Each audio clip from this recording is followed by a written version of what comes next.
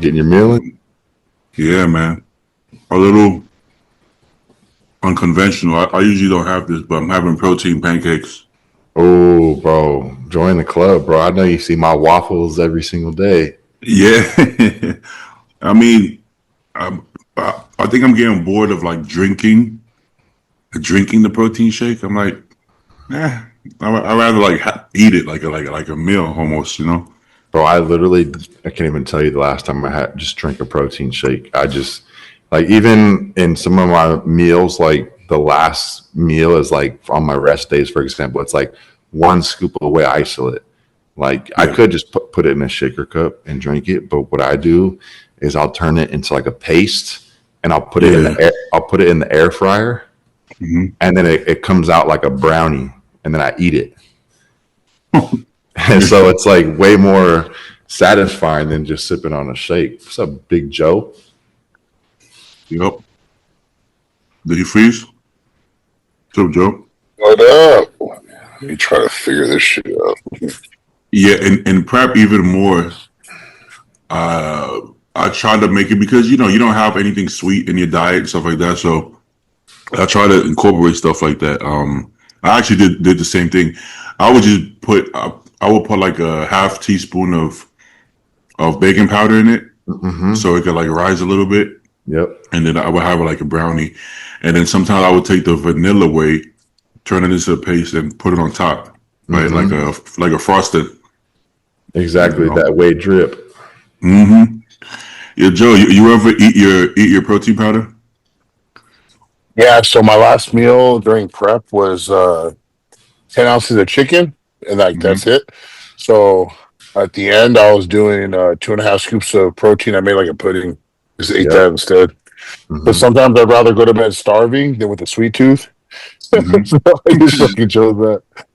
So Joe, I was telling Beatty I have like the same thing. So I have like on one of my non-training days, my last meal is like just one scoop of whey isolate. And I'm like, I don't just drink a protein shake. So I told him what I do is I make the kind of like the pudding, the paste like you do. And then I put the paste in the air fryer and then it turns into like a brownie. You got to put it in there for like 3 minutes. And yeah, it turns into like a brownie and I eat it with a spoon. Yeah, bro, you do it. I'm a fucking fat kid forever at heart. I always say that shit. And anything that I can make sweet, like I start my day off with cream of rice. It's like that's what I do. Because that's the sweet thing that I do. And then, like for example, today I only eat 5 meals, and on training days I have a sixth meal, and it's cream of rice post workout. So my last meal of the day is chicken and rice. So if I have a sweet tooth going to bed, I'll have that second cream of rice meal as my last meal instead of two chicken meals, so I can have that Ooh. second cream of rice because I yeah, like this shit. I don't think people know that many bodybuilders do that, right? Because Yeah.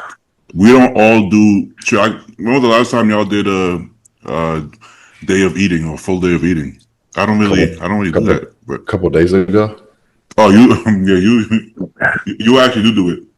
But I was gonna say, anytime you see a bodybuilder do it, you realize that because I remember watching Bumstead do like make protein ice cream and shit, and until we posted, I don't think we even realized that we all do that shit. we because but that's just boring, bro. What the fuck? Yo, my first Yeah. coach. Go ahead, Joe. No, I was just gonna say, like, I think we all like have a sweet tooth because of all the like, we eat so healthy year round. Like, so your body's gonna crave sugar, and I mean, it doesn't. It's not real sugar, but it's the closest damn thing to fooling yourself that you're having it. Yeah, See? there you go. Yeah. So the funny part is like we've been doing this for a while. Like we know what we can do, right? I never actually asked Justin, "Hey, can I eat my protein or shit like that?" Because it's the same difference. But when he came in, he was staying. I noticed he was looking. He was like, "What the fuck?" Just to make sure. But he wouldn't say nothing. He was just look like what's he making. Cause it looks like there's a lot going on back there. Like what the fuck? But yeah, he's cool with that kind of stuff. But my first coach was actually John Reagan. I don't know if you guys know who that is. Oh yeah. Uh-huh. I heard You of him. familiar? I heard he's like he does have some crazy protocols, and he's like crazy, bro. Like, didn't he work with like Boston Lloyd and like that type of stuff? He He's worked the with, he worked 16 with, ounces of meal protein guy. yeah, he worked with everybody in the East Coast. He even worked with Livonia for a short period of time, is what I heard. But what the funny part? I would hear these things about these doses, and I'd be like, bro, he never gave me those doses. As far as gear, the food was crazy. Even the diuretics was, but I noticed like he's still picking and choosing. From what I've noticed, he gave the white guys who he gave the most drugs. But he probably had to. Is why. But it makes sense because I also learned from Compton. As Compton lowered my drugs, I looked tighter because like Joe, I look watery, right? I look kind of spongy. So, like you see how Quentin was on stage, and you're like he's in shape, but he look a little spongy in the skin, right? So as Compton actually lowered the doses, I look harder, and I'm like, that, you know what I'm saying? So I feel like our experienced coach can tell. Okay, black guys with more drugs sometimes look worse. Well, the more drugs you use, the more side effects you're going to get. And usually, water retention is number one, so it just makes sense. Exactly. Hey, Beatty, on your peak week, do you keep GH in, or you guys pull GH completely? Bro, I pulled GH about 6 weeks out. I'm not even kidding you. See, that's like what you were saying. Like some people are just more prone to hold water. I don't know if you use like generics or Sero or what, but like this last prep, like we literally were shooting Sero the morning of the prejudging. Like we kept all the variables like exactly the same. The only thing we did was like pull test, and that was like the Monday before the Saturday show. So like most coaches, they're like, hey, pull all your shots 2 weeks out, or pull test, especially 2 weeks out. Or in your case, you said pull GH 6 weeks out because maybe you just hold on to too much water.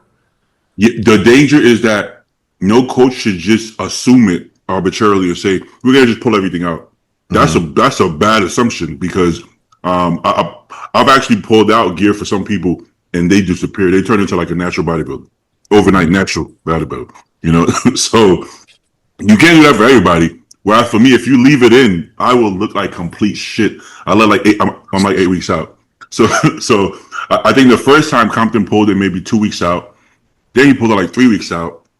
Then for me myself, I tried like 4 weeks out, and I'm like, bro, I keep drying out. Same with Tess. Tess is like pull it 3 days out, pull it 1 week out, pull it 2 weeks out. Then I'm like, I'm just pulling this bitch out. So for like long acting Tess, I pulled it this prep maybe 6 weeks out. I was literally on no test, and I literally just started tests like a week ago. Even in the beginning of the rebound, I can't put GH or test back in. When I tell you I will blow up, like hospital blow up. That's crazy. I'll be like a water buffalo. So it's weird. Even I don't even like to talk about it because I'll be at the gym like, oh, what are you on? I'm like, how do I explain this? Because if I'm on nothing, they're gonna look at me like I'm stupid. So I gotta be like, okay, I come off at this time and I'm gonna hop off, and it sounds like I'm bullshitting, but I'm like, I don't want to, I want to answer it honestly, but not like try to act like it's something else. First of all, the drug is still in the system, right? So if you come off a test D, it's still in your system for another 4 weeks, right? So even if I come off 6 weeks out, it's still in my system till like 2 weeks out. So that's when I noticed the drop. That's why I pull it out so far instead of switching to Prope or something like that, right? Because I don't see the point in that. So yeah, for me personally, well, the mask obviously was in. The mask, the Winnie, the Trend was in. But anything that holds water, even Anavar, I got to pull out. What else is there? Halo stays in.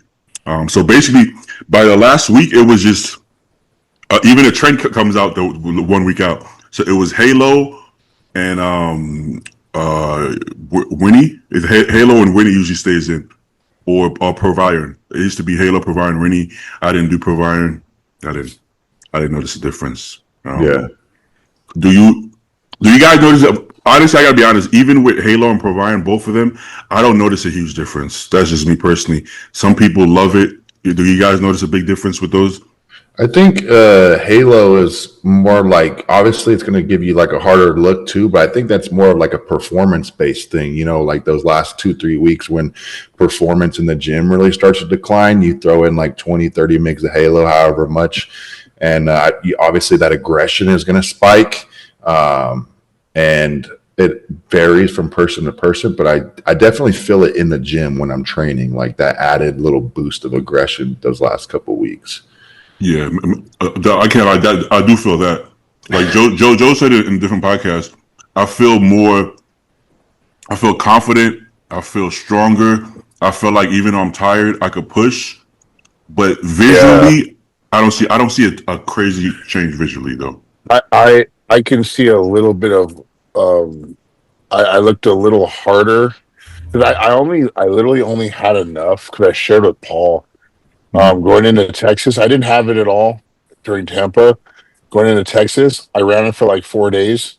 That's all I had enough for, and it was literally the slightest difference in hardness.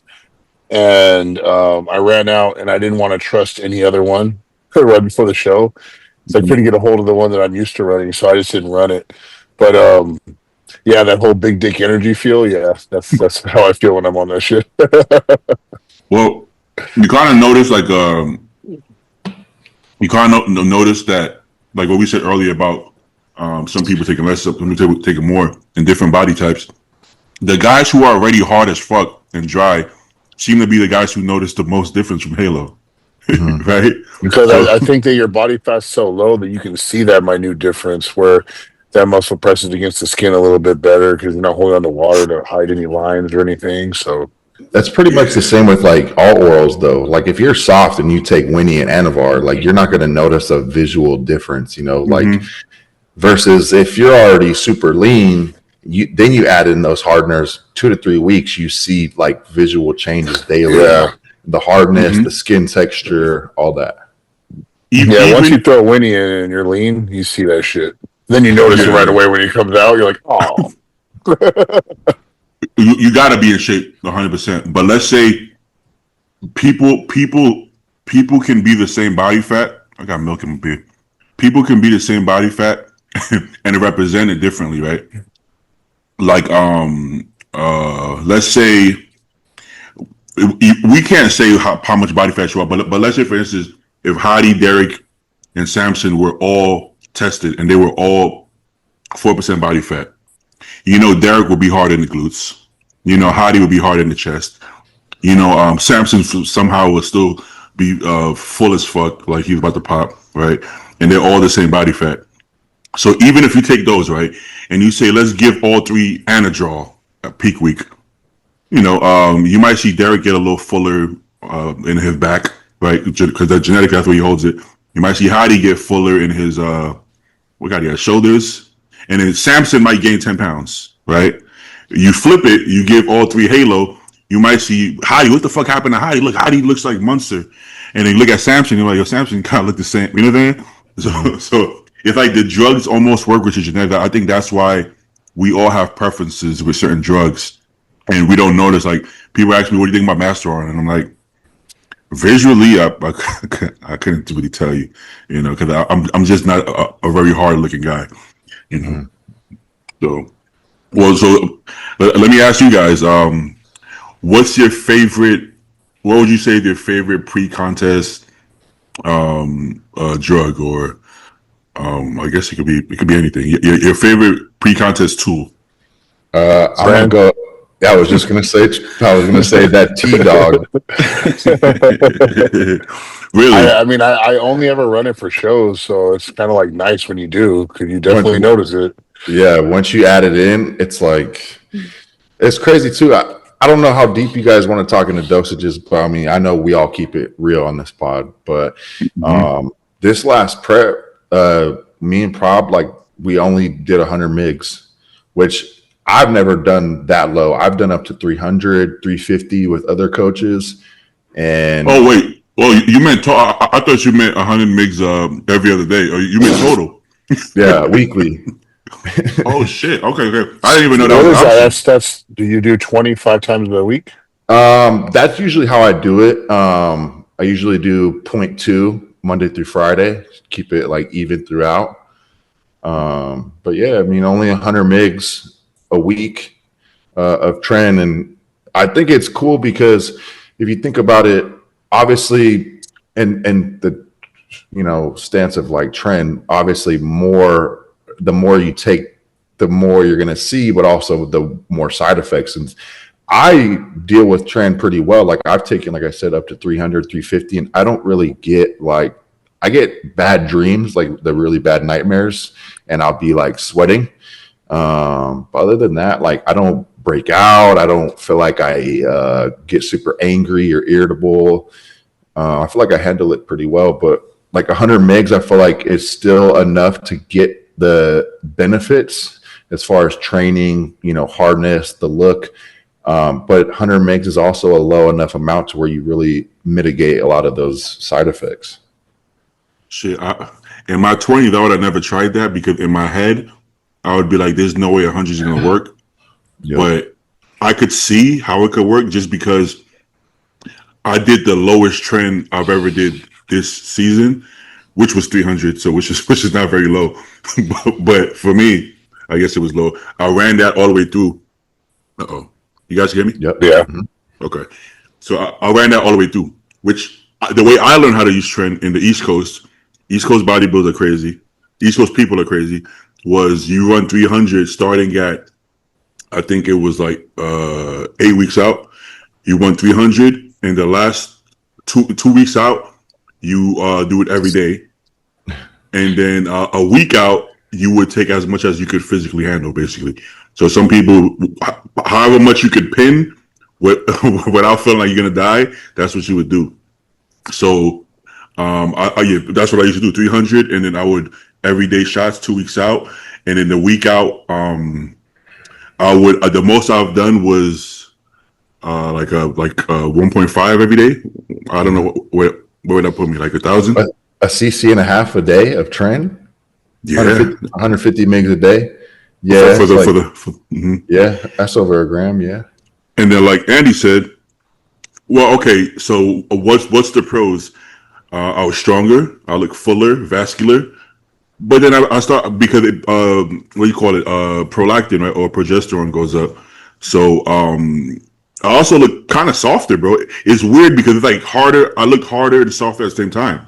I look like vascular and full, and harder in some body parts. But then like my ass was softer and my hamstrings are softer, right? Because that becomes like a hormonal thing at that point. Maybe you are just as hard, but now your prolactin is through the roof, right? Which can cause water retention. Correct me if I'm wrong. I'm pretty sure that could cause water retention. Yeah, I think so. Yeah. So now I kind of believe, Andy, that you got to find a sweet spot. And for Andy, if 100 is that sweet spot, doesn't mean 100 is going to work for Joe. but that's the sweet spot for Andy. Mine would be 300, maybe lower, but I don't know if I'm running to try lower. I think it's like even more specific with trend because it is like obviously super toxic. So you could compare it to something, say like Halo. Obviously, Halo is an oral, so it's going to be more liver toxic. But you wouldn't take 300 milligrams of Halo a week because because if more was better, why wouldn't you just take 300 milligrams of Halo and be the most peeled guy on stage? There is a point of diminishing return, right? So I feel like that's the same with all drugs. You're not going to take 5,000 milligrams of test a week.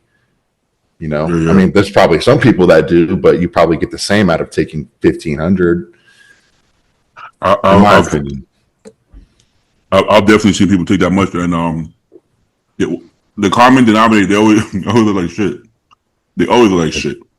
Yeah. I've never seen somebody looking like Joe, like, yeah, I'm on 5 grams of test. I've never seen it in my life.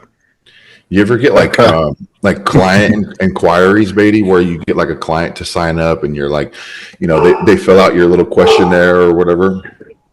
And sorry, my dogs are barking, but they fill out like your little questionnaire and, obviously they type out like what their cycle is. And it's just like a normal looking guy at the gym. He's like, yeah, 800 megs a test, 500 megs a trend, 100 megs a D-ball, 100 megs a Winnie. I'm like, bro, like you don't even compete and you don't even look like you work out and you're on this much. That's like so bad. Not getting blood work done, Not like I'm like, who are you even getting this from? Who told you to take this much? It's crazy. Oh shit! From the emails I've gotten, that's on the low side. I've seen so much worse.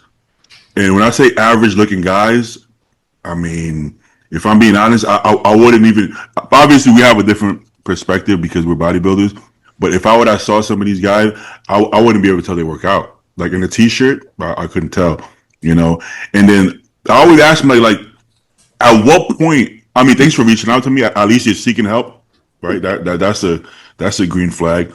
But at what point do you think to yourself, this can't be the way? Like, if I still look like this, there has to be a better way, right? Something got to not be working. Hey, You know? Hey, someone wants to say hi.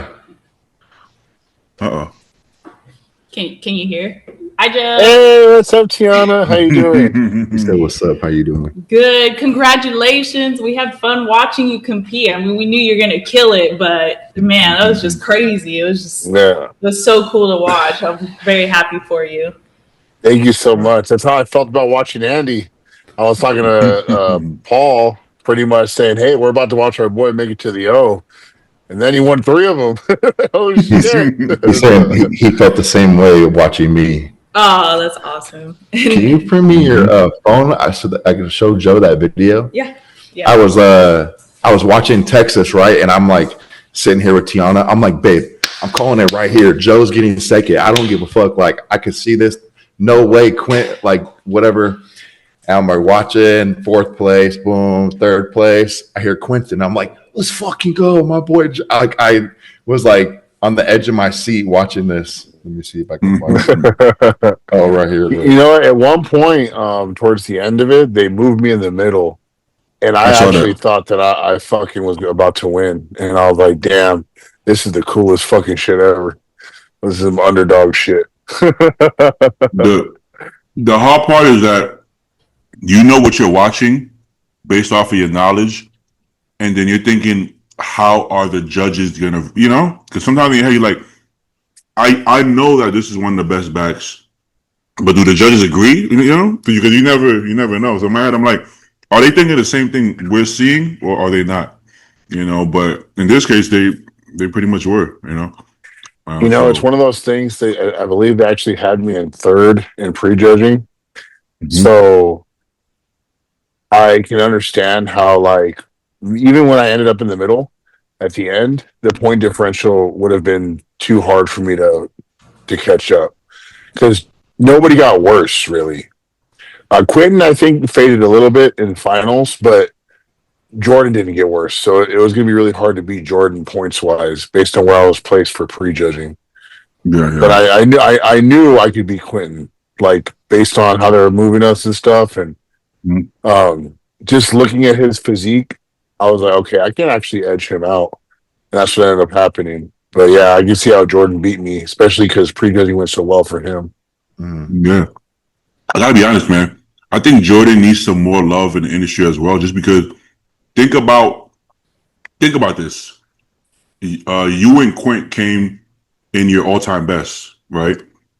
You were like the breakout star, if that makes sense. Quint is kind of like a re-breakout star.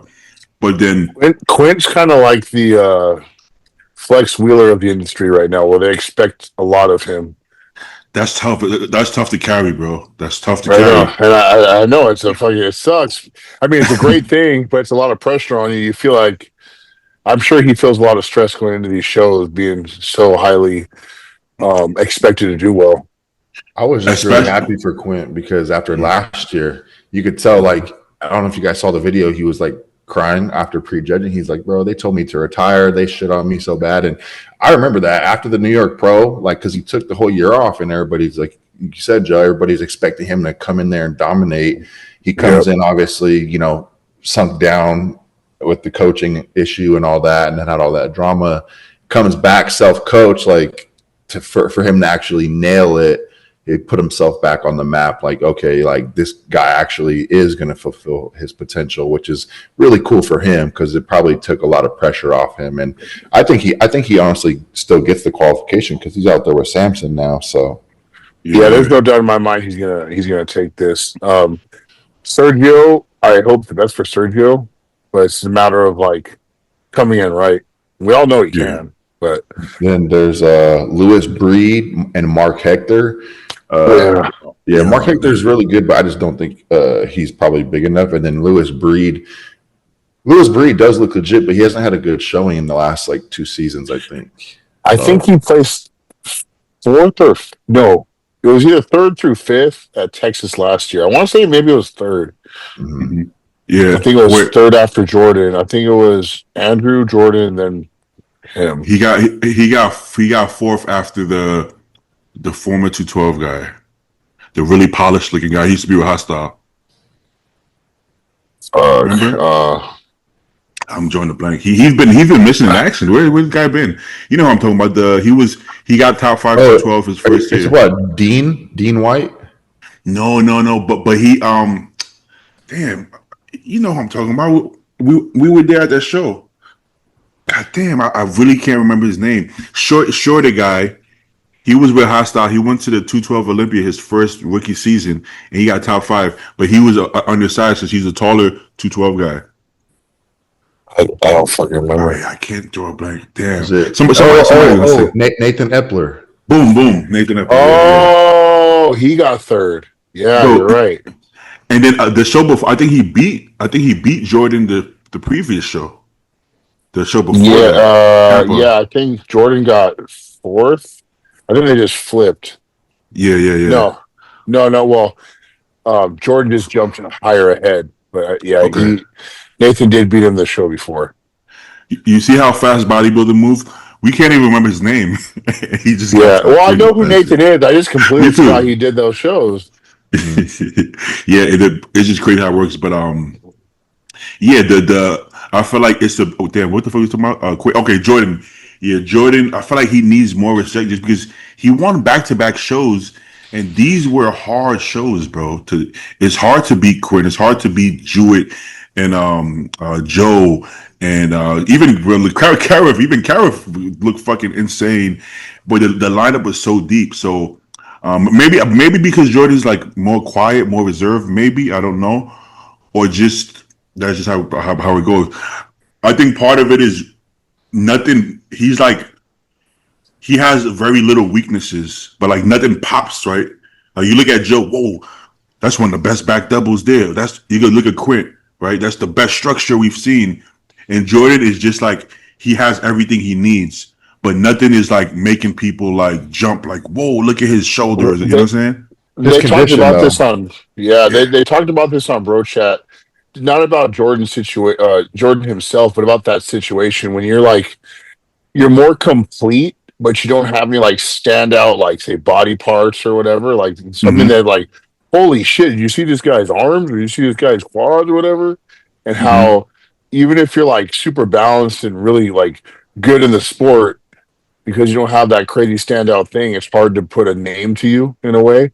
It's kind of like people talk about Shoulder Guy. That guy was famous for like 2 seconds, but like he had Nexzilla. That standout thing. Yeah, Nexzilla. So Jordan's just perfectly balanced all around.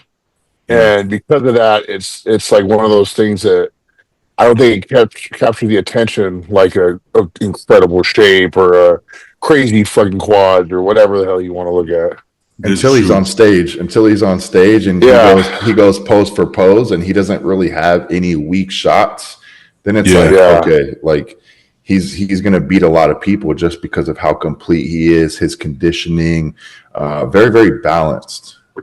Yeah. Which is a good thing. That's going to win shows, 100%. I know it's a crazy standout body part. I was kind of thinking that leading up into the show because I'm looking at Jordan. I'm like, he's on the taller side. He's pretty filled out. He's going to be shredded. He's going to peak perfectly. But because nothing jumps out, is he going to not win the show or right? Is that going to hurt him? But it actually didn't hurt. I think his conditioning is always going to make him very well known on stage. Like he's always going to be in the mix no matter what. That balance with that conditioning, he's always going to be in the mix. He's got an amazing look. I mean, I told everybody, I'm not mad that he beat me. I can see how. I can.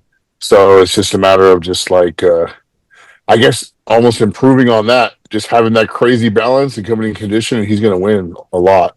Yeah, yeah. Who do you think, if you look at most of the Olympic champions, though, I think previously, there was more freak factor as far as like freaky body parts. Like with Dorian had his back, right? Who before Lee Haney? No, Lee Haney was pretty balanced, I guess. I would say, I mean, most of them had really good balance. I mean, Yeah, Phil I had guess. crazy arms, but he had crazy conditioning, a crazy back, Great like crazy fullness. detail. Yeah, great fullness. So again, it's another balancing act, This you is know. true. And then, I mean, Ronnie Coleman, same thing, fucking balanced and shredded. Like he had incredible everything, but there was balance to it. Yeah, but I guess the way I was thinking, because maybe Dorian is the only one I could say wasn't extremely balanced. Now, His remember, back you was said that he doesn't get the recognition he deserves, but I was saying he's always going to win shows. Those yeah, guys, they have recognition because they're Mr. Olympias, it's and true. I mean, you have to win shows to become Mr. Olympia. So, like, that's where their recognition comes in, you know. And then it's just Yeah, like, yeah, I'd rather have that than it's like, hey, this guy's fucking crazy, but he ain't getting better yeah. than top 5, you know. So basically, that same Jordan-like physique, all they did was they took it and gained 50 pounds of muscle and came and peeled, right? It's like you take a balanced physique, and these guys just got huge and shredded, right? Like Ronnie, Lee, Phil. Yeah, so if I will say, if Jordan continues to make these improvements, he's gonna look pretty freaky with another 5'8" You know, someone that said a statement that was a really big statement was Jay Cutler, and he said that Jordan's top 5 or top 4, yeah, top 4, and that's because of exactly what we're talking about here. Like, yes, he doesn't have any crazy standout body parts. His quads are pretty crazy, honestly. Though, if you really look at his quads, they're pretty up there at some of the best I've seen. But balance is going to get you in that top 4. Like that. That's a perfect physique. Is what balance is part of the criteria here. You know, so it's like that's literally why Martin was 4th. He was 100%. He was balanced everywhere. I mean, Martin really didn't have any. Martin didn't have any hype until he was 4th, right? Yeah. It wasn't like, oh, Martin's coming. You know, Martin showed up and he got 4th. And now, like you said, once you win Olympia or once you're a top Olympian, you're gonna get your hype, like you know. So if Jordan gets into that point, the hype is gonna come regardless of balance or not. Like if you compare me to Jordan, my waist be a little bit wider for it because of that. It slightly throws off my upper to lower balance. I don't have small legs, but it's the illusion of the wider waist. So it's like because Jordan had that better balance, he beat me. And it's like I had everything, but he had better balance. That's going to win every time. Balance is where it's at. Okay, who was the most unbalanced Mr. Olympia?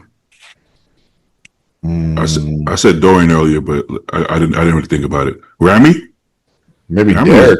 Maybe Derek rode crazy back, but quads. I honestly, I would have agreed. I would agree with Andy because of exactly that. He has that wide clavicle structure, kind of like I do, and his legs are better, but they're still not like it's not that perfect balance. Like even Rami was fucking huge up top.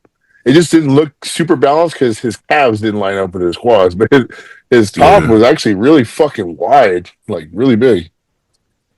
I think you might be right. I mean, Derek has a standout back, but that's about it, bro. He doesn't have the best arms, the best chest, best legs. Yeah, his waist. He knows how to make his waist look really good, but he might be. Damn, that's unfortunate. Sorry, Derek. But who's the? All right, so let's do the opposite. Who's the most balanced Mr. Olympia? You could say like someone like Phil or Dexter. I say Phil. Yeah. Well, even I would say even Ronnie was pretty fucking balanced. Yeah. I think I gotta go. Think I gotta go Phil, but The only reason I know. say Ronnie over Phil is because Phil was still narrow. So, like, if you look at their just front relaxed, I just think Ronnie's looked crazier. Mm-hmm.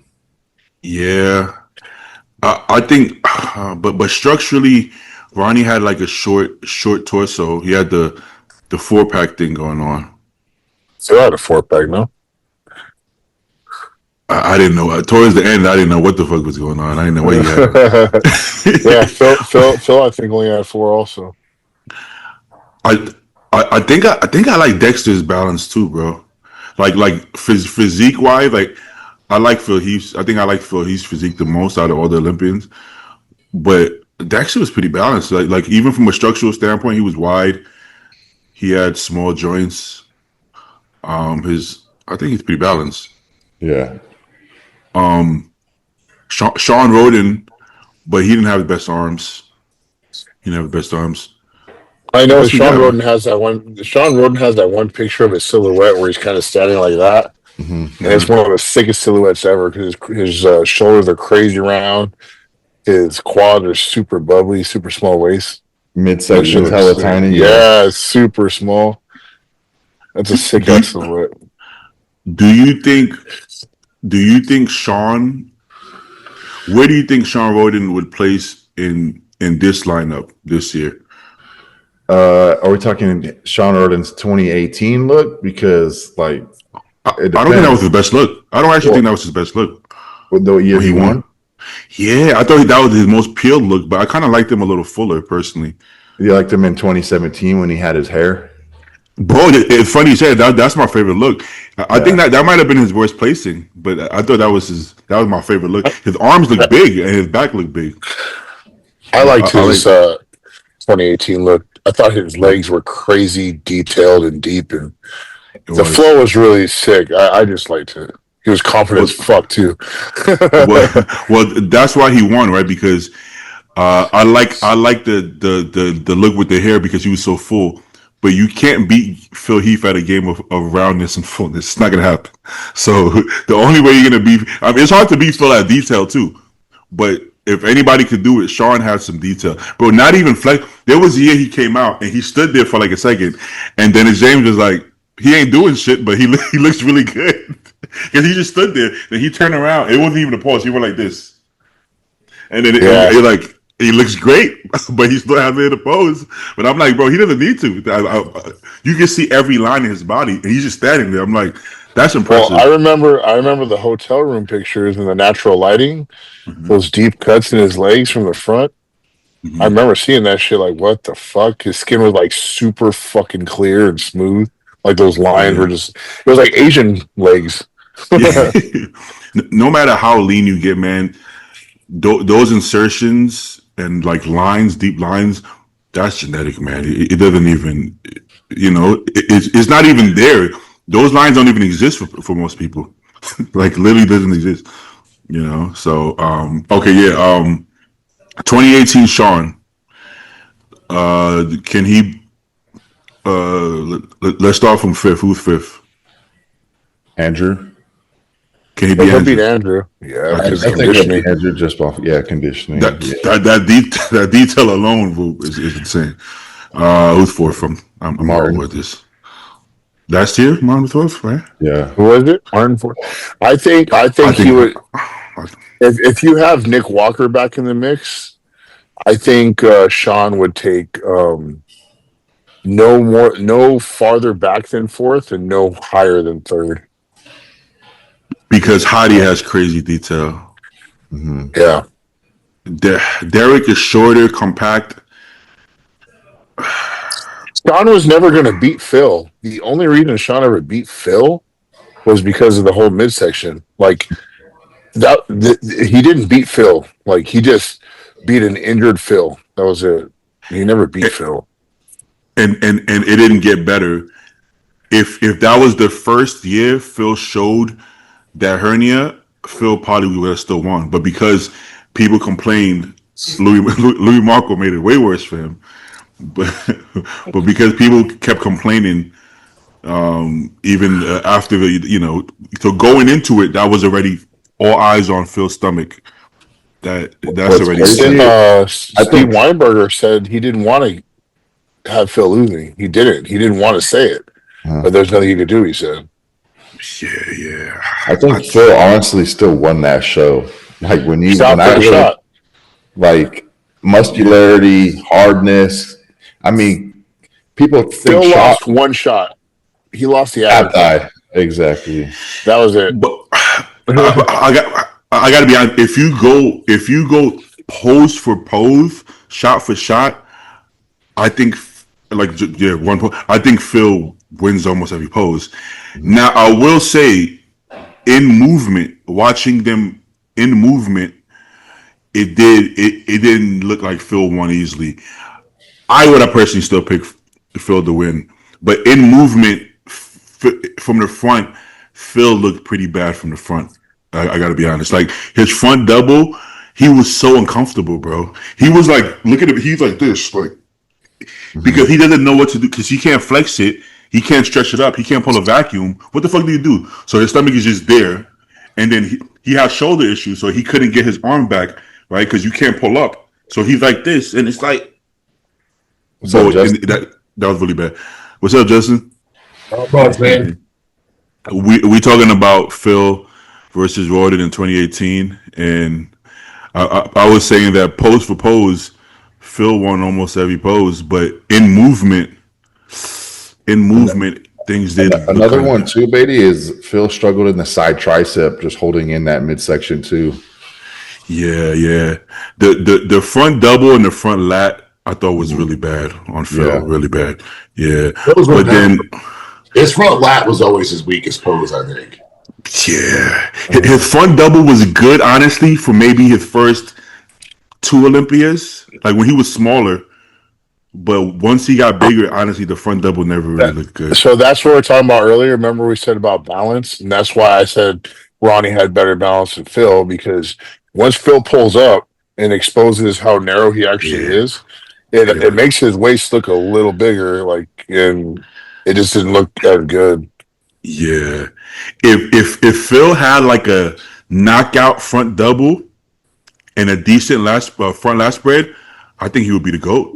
I think he would be the best ever. Imagine if Phil had this beautiful front double, pull the vacuum, like for the perfect vacuum, fucking bicep. Oh, his bicep is perfect already, but pull the even he kind of. It sounds funny to say you look narrow in the front double, right? But he kind of did. Like if you see him next to Dennis Wolf in the front double, it's like he looks narrow even in the front double, right? Yeah. So, but if he had like a knockout front double, man, I honestly think Phil would be the GOAT, bro. I think that would be the best physique ever. You know. Hey, Beatty, did you hear what Dennis James said about Joe? No, what did he say?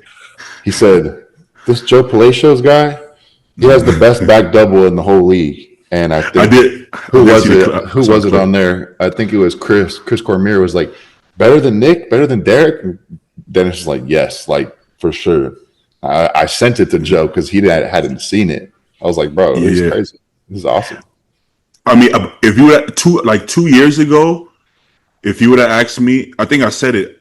I thought Derek was top 3. I think I said top 2 even.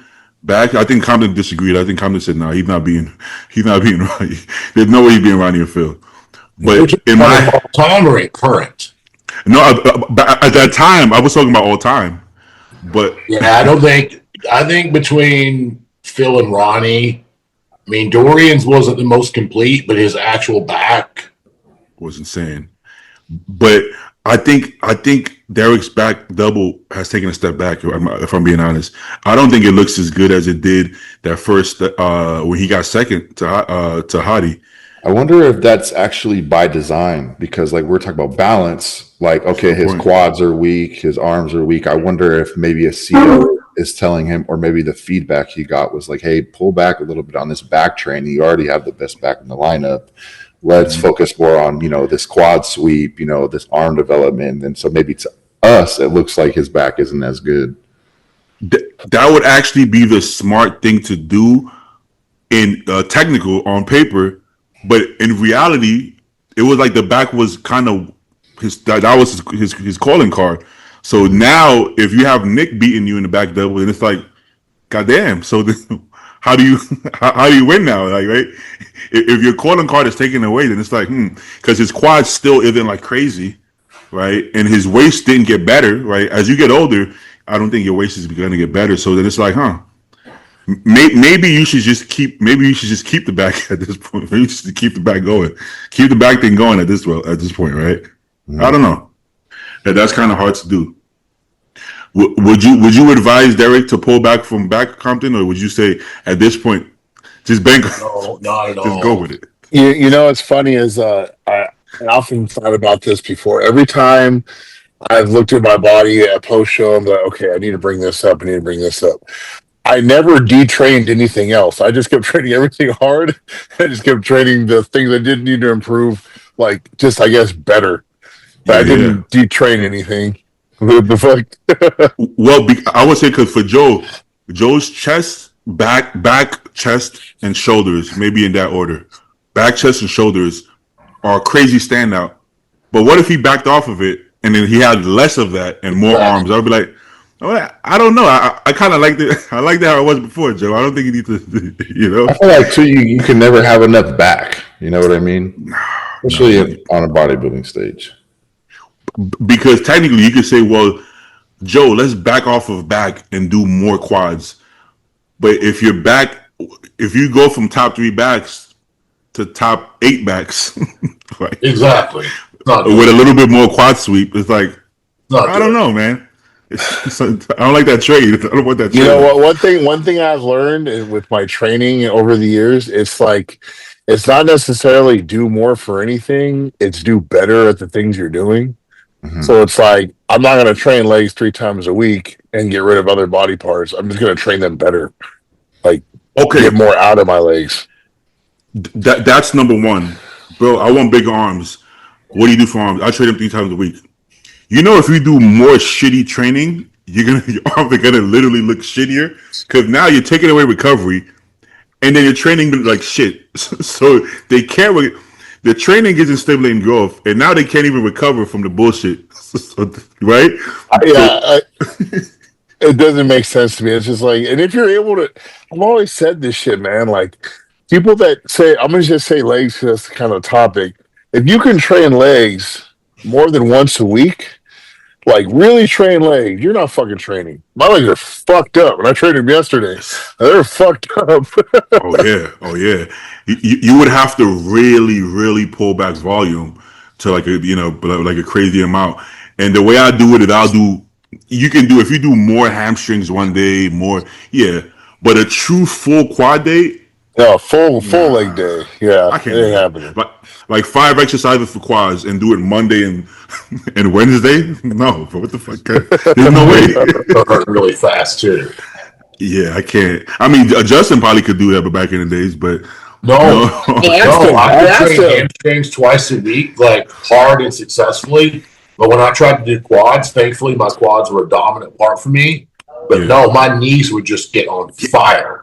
Yeah, the knees, bro. The knees. Any body part I can probably train after every 3rd or 4th day, more than likely. Legs, I could never. Like by the 5th day, I'm usually like, I think I could possibly train them again, but I'm still iffy about it. Yeah, that's a red flag. Quads in particular. Yeah, not hammies. So that's kind of a red flag. If somebody has weak legs and they're like, I train them 3 times a week.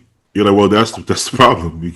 She shouldn't be able to. I wanna hear Joe and Justin's plan to like how you guys are gonna grow Joe's quads and like what the training style is gonna look like. Like Joe, what you're gonna change like in your method. Is it gonna be frequency? Like I'm curious to hear how you want to bring your legs. It's not gonna be frequency, that's for sure. After what I just said. I mean, well, Justin's probably going to say the same thing as I am, but my first real leg day post show is yesterday, and it's one thing I've never done for legs is volume, like real volume. where I used to train legs in particular, like the whole Dorian style, work up to a top set as many reps as possible with as heavy weight possible. But I told everybody, like at the end of the off season, going into the prep, I started training legs different, and it's the way with volume. But that volume was focused on a specific part of the leg. So like we're talking slower eccentrics, like really feeling the movement down, pressing from a specific area of the leg, keeping the tension there, like forcing time under tension, um, and not going crazy heavy. It's more moderate weight so that I don't have that load transferred everywhere else. Um, and yeah, I'm only going to train legs once a week, like I always have. It's just more volume and more moderate weight, more concentration, and foot placement. Obviously, emphasizing pressing from the sweep of my leg. And during prep, my legs actually came up a little bit, and I was in prep. So being in a full off season, I'm very confident that we're going to get the most out of them. Do you have like a movement pattern kind of like nailed down? Like you're going to really emphasize, say, more hack squats or more, Smith squats or anything like that? So hack squat seems to be my money maker on this one. So actually, I'll do leg extensions. So my leg days, I'll superset my hammies. So I'll do the seated leg curl and line leg curl together. That's all I do for hammies. I'll do 3 working sets of that, and then I'll go into leg extensions. Get some volume and blood flow out of that. I'll go into a hack squat, do that. And then I'll do leg press after the hack squat. And then I'll do like a sissy squat. And if I have enough left, I'll do body weight lunges just to get some blood flow to finish off the workout. And that's usually what I do. Mm-hmm. Oh, one more question for legs. Did you ever or have you ever trained glutes? No, never. I've never done a kickback in my life, only to demonstrate for a woman.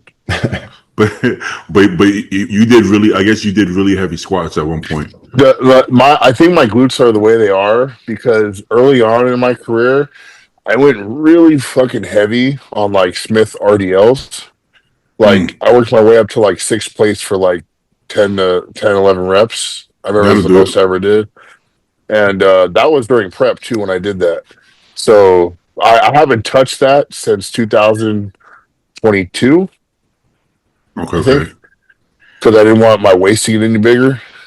So I just stopped doing that completely. And people ask me, hey, Joe, how do your hammies keep growing? And I was like, well, like I only do 2 movements. At this point, I just superset them now, like so I can get more out of my quads. Yeah, me too. Actually, one of those things. Your hamstring training can take away, I think, from your quad training. And I had this obsession with hamstrings for some reason, like the hamstring drop. I was obsessed with it, and I always thought I had horrible hamstrings. And then recently, like in the past couple of years, people were like, "Baby, you have good hamstrings." And I heard it enough times. I'm like, okay. So then I started doing less hamstring, more quads, and I think my hams grew more. Oh yeah, that's what I figured.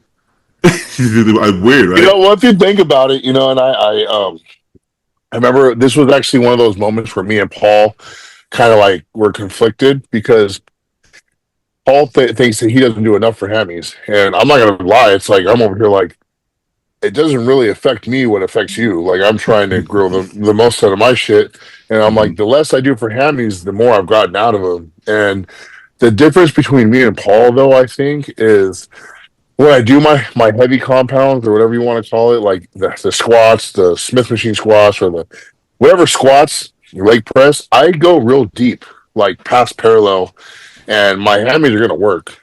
And Paul's limited on his range of motion, so even though I do 2 movements like direct for hammies, my hammies have gotten very much involved in all my other movements. So I don't really see the point in doing any more, and I think that's how they've kept growing the way they have.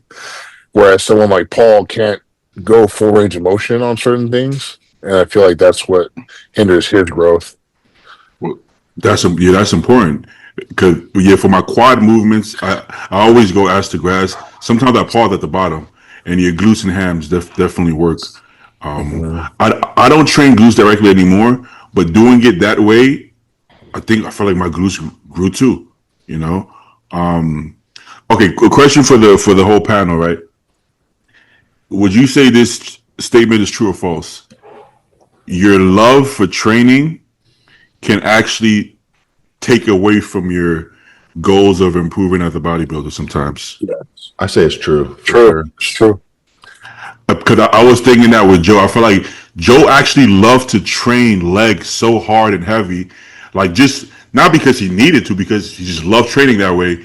That actually was growing his glutes more than his quads at one point, right? It's funny. I have actually said this before, and Justin being my coach, we've always said like don't train like a pussy, and I feel like I had to start training more pussy like to get more out of my body because I feel like I was doing too damn much, or like going too hard, training with heart over like logic.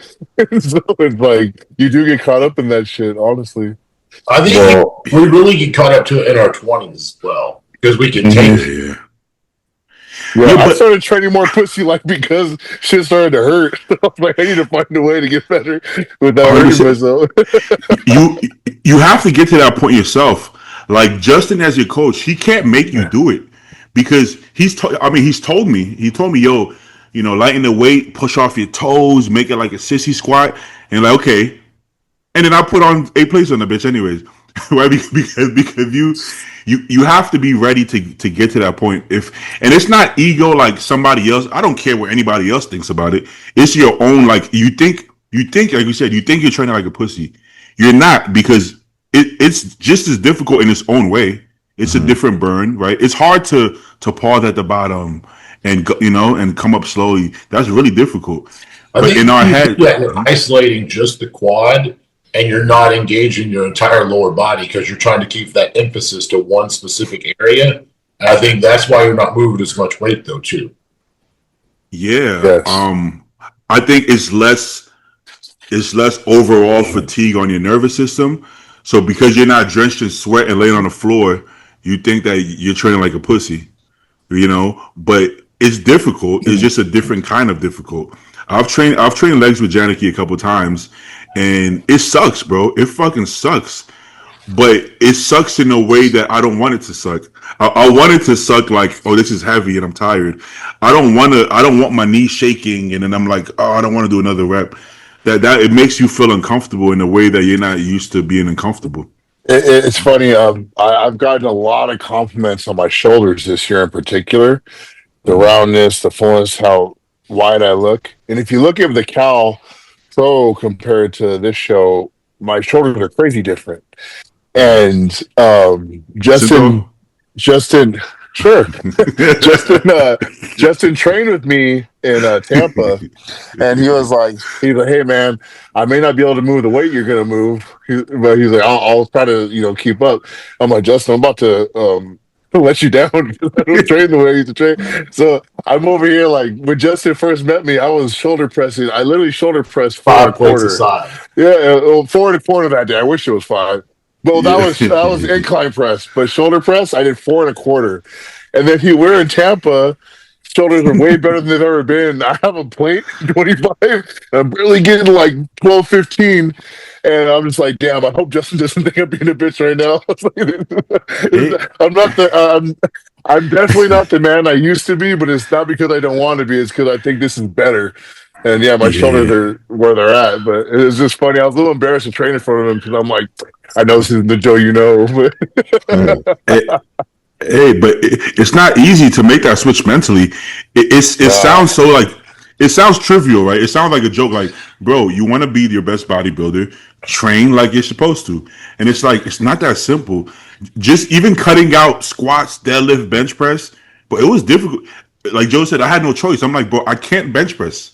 I cannot do it. So it's not a choice. I think like the biggest prime example of this right now in current day is like, look how Nick Walker trains, right? Like he used to dumbbell press 220-pound dumbbells. He used to Smith squat 7 plates. Now he's doing working sets with 3 plates aside on the leg press, and he's improving his quads because he's like changing things with, maybe more full range of motion, keeping actual tension on the targeted muscle versus using, like Justin said, his entire lower body just to move the weight from point A to point B.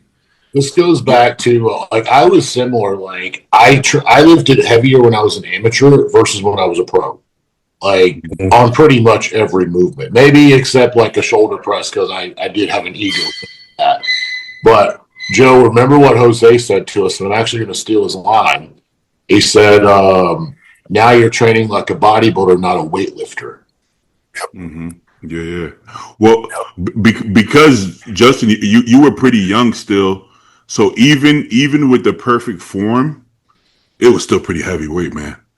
I mean, I still did pretty big numbers, but like looking back in hindsight with the knowledge that I've gained since then, it was like, you probably could have. I mean, I have had one shoulder surgery that I kind of training related, kind of wasn't.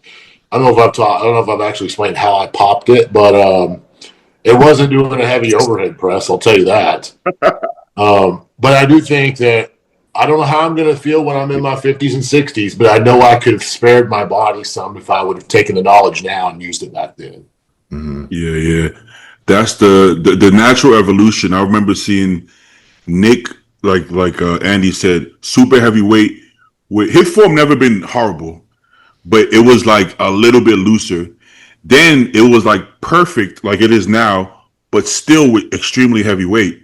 And then now it's like he had the final string where it's like it's perfect, but it's like 15 reps. So the weight is like even, right? So it's like 100% weight. Then it was like 70% with perfect form. Now it's like almost like 50% of the weight he was using, and he's the biggest he's ever been. Like I think it's just a matter of like moving the weight with intent, right? It's like, Joe, I could Smith squat with intent. Exactly. Yeah. Like Joe was saying on, I forget what podcast it was, but he was talking about how he did 7 plates on Smith, and he's like, I did it for 10 reps, but all I felt was my knees. And then, now he's training a lot different, and he's actually able to feel his quads a lot more, on something like a hack squat with lighter weight. So, I mean, that's like a prime example right there. He's able to actually target his quads because he's training with intent, not just, how many 45s can I put on the bar, right? Yeah, I actually, one of the guys that I was training with, it was me, Paul, and this kid named Christian yesterday. He was recording me doing hacks. And I only had 3 plates on it. That was a working set of hack squats. And I was doing like a real slow, like not super slow, but slow enough, eccentric, almost a pause at the bottom and pressing through the sweep of my leg, almost like I think Justin explained it best. It's like pressing while imagining doing a leg extension, and it hits the sweep incredibly harsh. But that shit is fucking hard. And say you do that for 12 to 15 reps, the time under tension, it hurts in like a really good way, but your legs are just shaky after. And it's 3 plates. I remember doing the first set because we did 3 sets of it, I think. But the third set, I only got 12, almost a hard 12. And I was like, I'm going to have to walk away from this one now. Another thing, when you're doing like your hacks and stuff, when you come up to the top, do you lock your knees and like gather a breath and go back down? Or do you stop shy like 3 or 4 inches of like full range of motion and just kind of keep moving like a piston? I'll move like a piston as long as I can for until like, say I get to rep 9 and I'm like, I either rest at the top for a few seconds and try to get 12, or I'm just going to burn out at 9. So I'll get most of it done firing like a piston. And then if my goal is like 12 reps, I'll stay at the top for a second and get those last 3 out of it. I'll try to hold the tension as long as possible. Yes. So I don't like go, stop. It's a very fluid up and down. Yeah, it's almost like that. That's almost like extra credit. Like you getting some. Well, I kind of want to ask that. Would you rather me just take it to that point or do it how I'm doing it? No, I actually want you to keep that where it is. Go as long as you can by just literally keeping the range of motion going, and then if you have 2 or 3 more, but I wouldn't. Don't lock your knees though. Like stop like 3 to 4 inches shy of failure and hold it there. That way there's still tension on the quad as well. Yeah, okay, so I never lock my knees to where the tension leaves. Okay. And so I'll sit at the top and there's still tension there, but I'm not like, it's like still resting in a way, just not a true rest. It's kind of like, say you do a cable curl, the cable's still pulling on your bicep at the bottom kind of thing. Yeah. And then you Mhm, it's kind of like that. So I never truly rest. It's just the quads are slowly getting worked still before they get worked more. Let's say hypothetically, right? I don't believe this to actually be true, but let's say, for argument's sake, let's say hypothetically, the 7 plates or 8 plates on the hack squats actually builds more muscle than these 3 plates, right? With perfect form.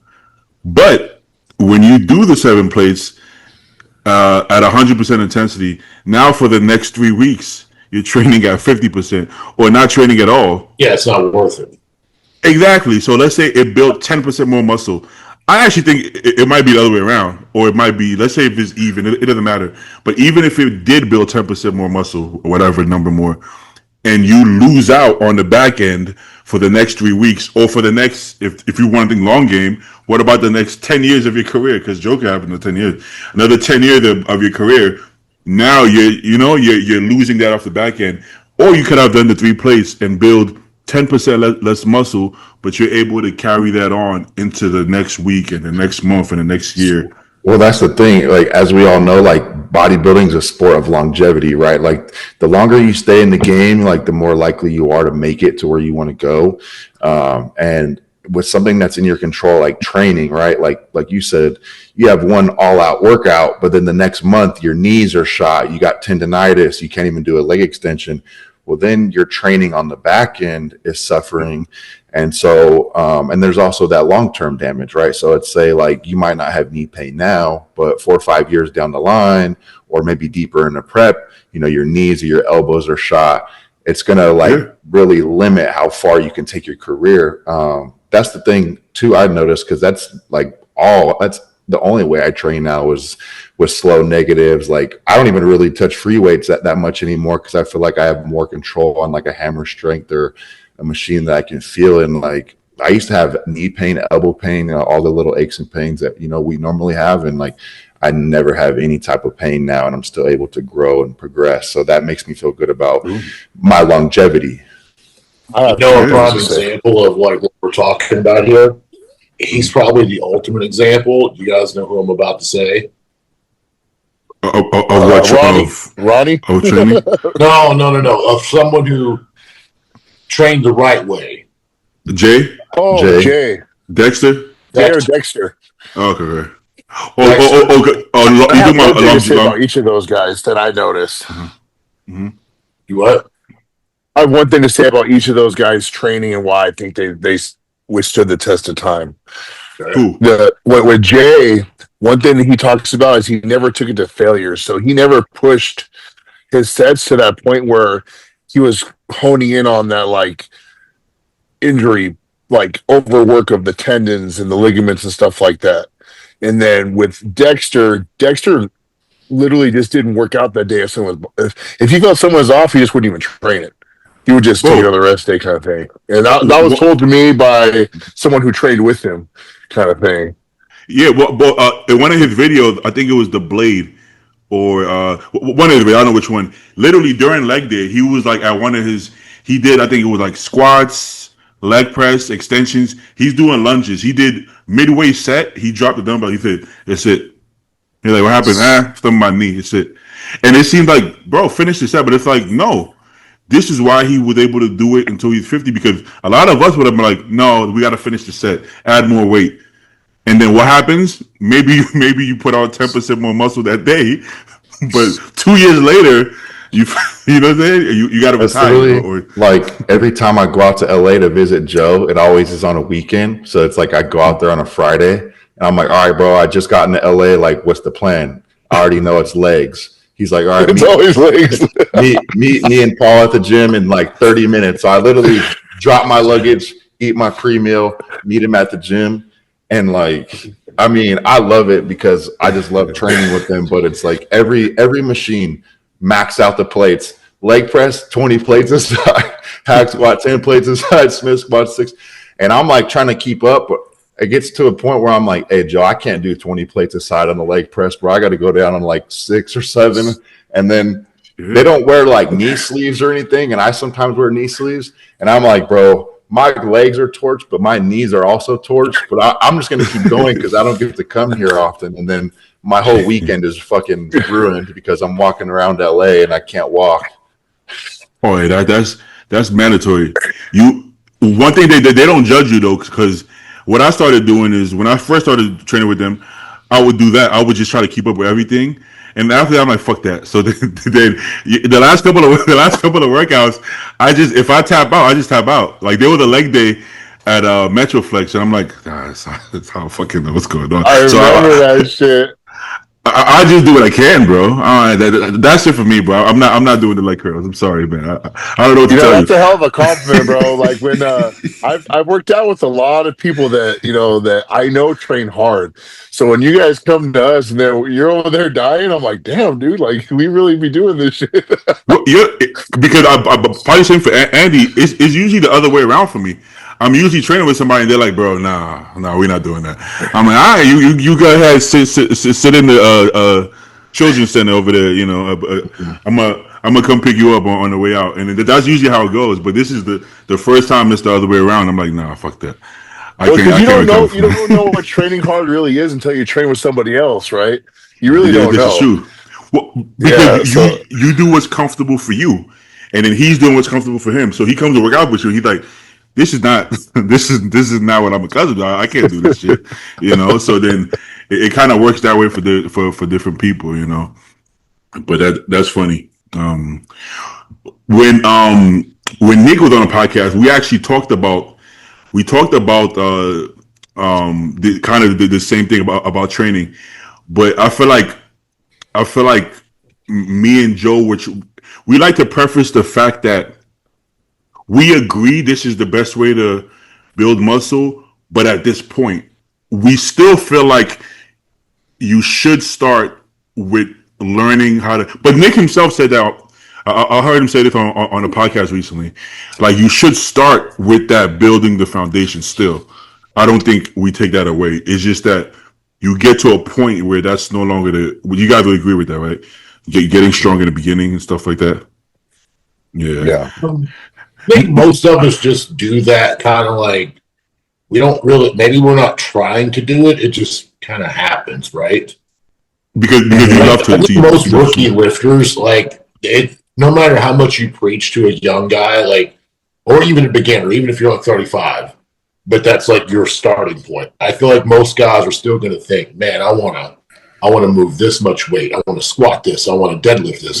They got that in their mind. They may not say it to you, but I think a lot of them still have like the big numbers in their mind. So trying to teach them. I remember watching a video one time. Kai Green was trying to instruct this guy to do an incline dumbbell curl. And Kai said, go over there, grab your dumbbells. And he was kind of setting the guy up. He was letting the guy walk. Guy grabs 40s. And Kai was like, no. You're not doing that shit. He goes, I do 25 and 30s. He goes, you're not doing 40s. So, like, I feel like whenever we're just getting started into bodybuilding, we always think that more is better when it comes to weight. Yeah. You can't, there's zero chance you're going to convince a 19-year-old to not ego lift. I don't even try to because it's not going to work. Some of my clients go to my gym, right? And I'll have this long conversation with them on the phone. And I'm in the gym and I'm training the client and I'm watching them.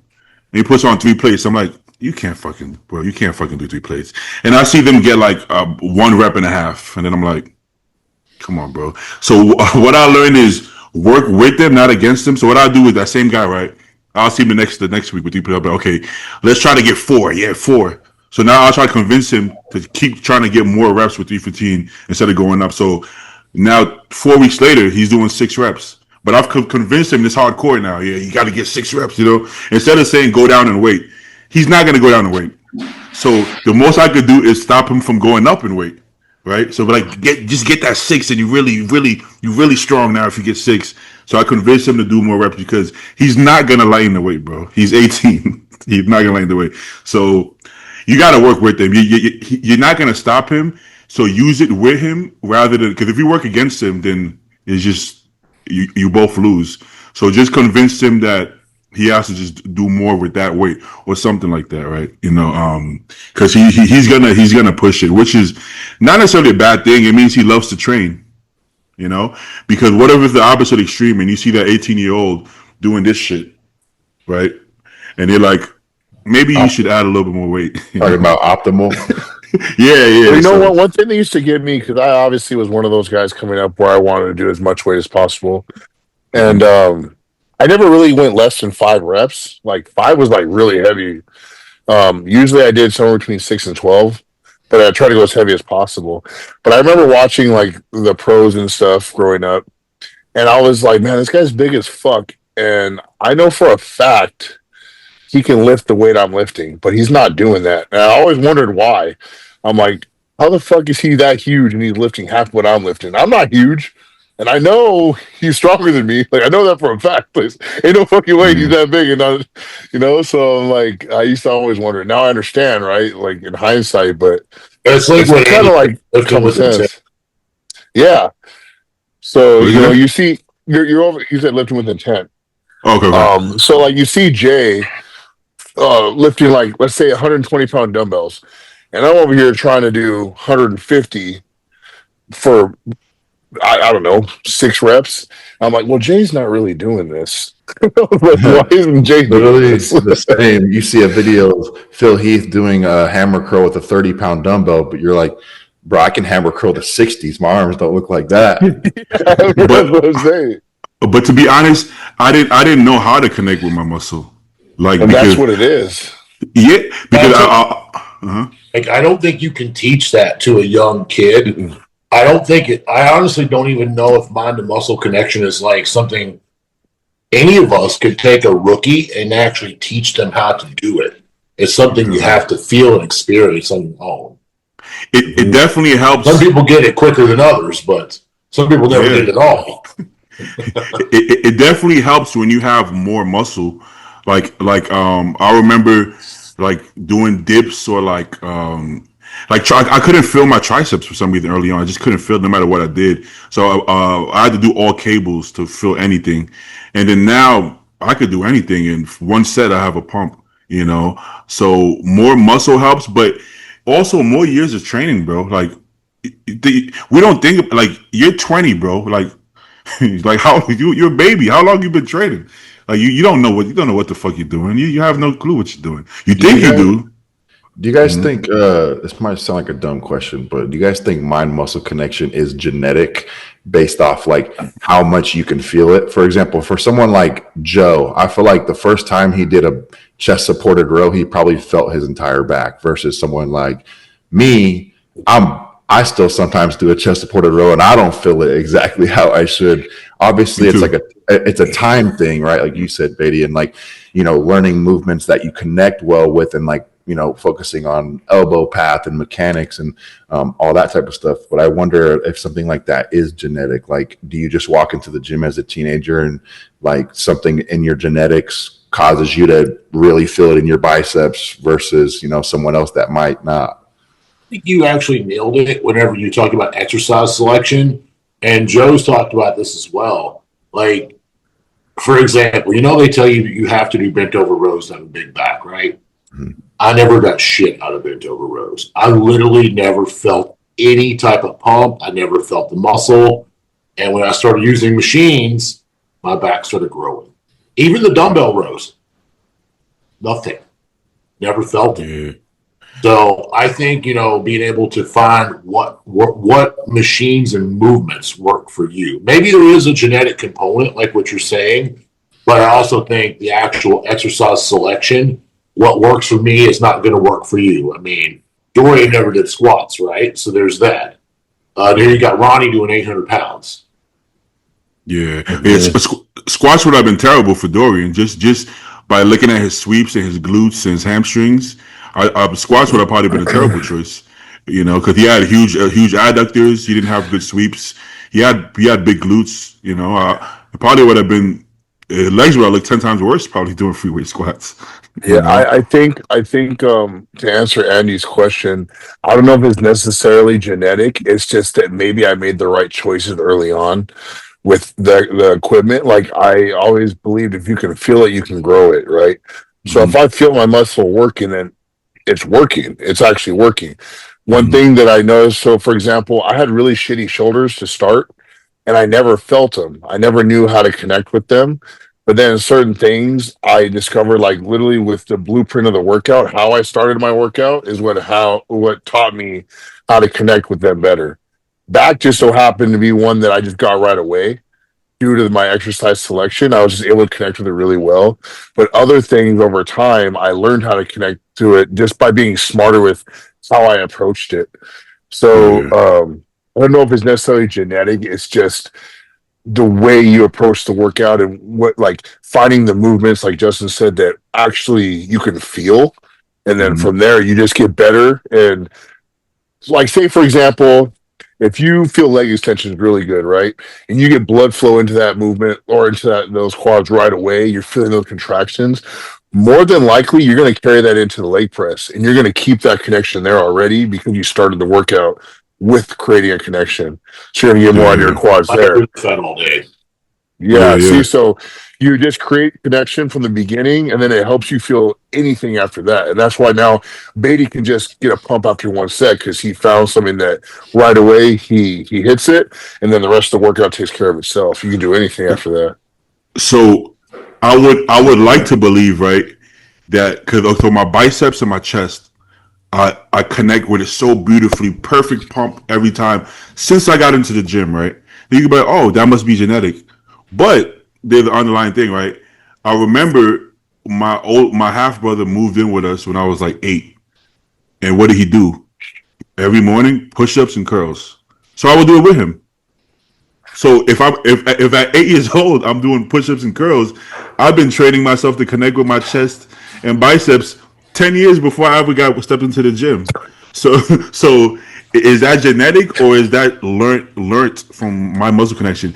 Technically, it's probably I just learned it from, I don't even remember that until I talk about it. Then I'm like, this is true. But in my head, I'm like, yeah, I don't know why I connect with my biceps. Well, maybe I have there's like a reason. the exact same story. I remember when I first started training, like in freshman year, 8th grade.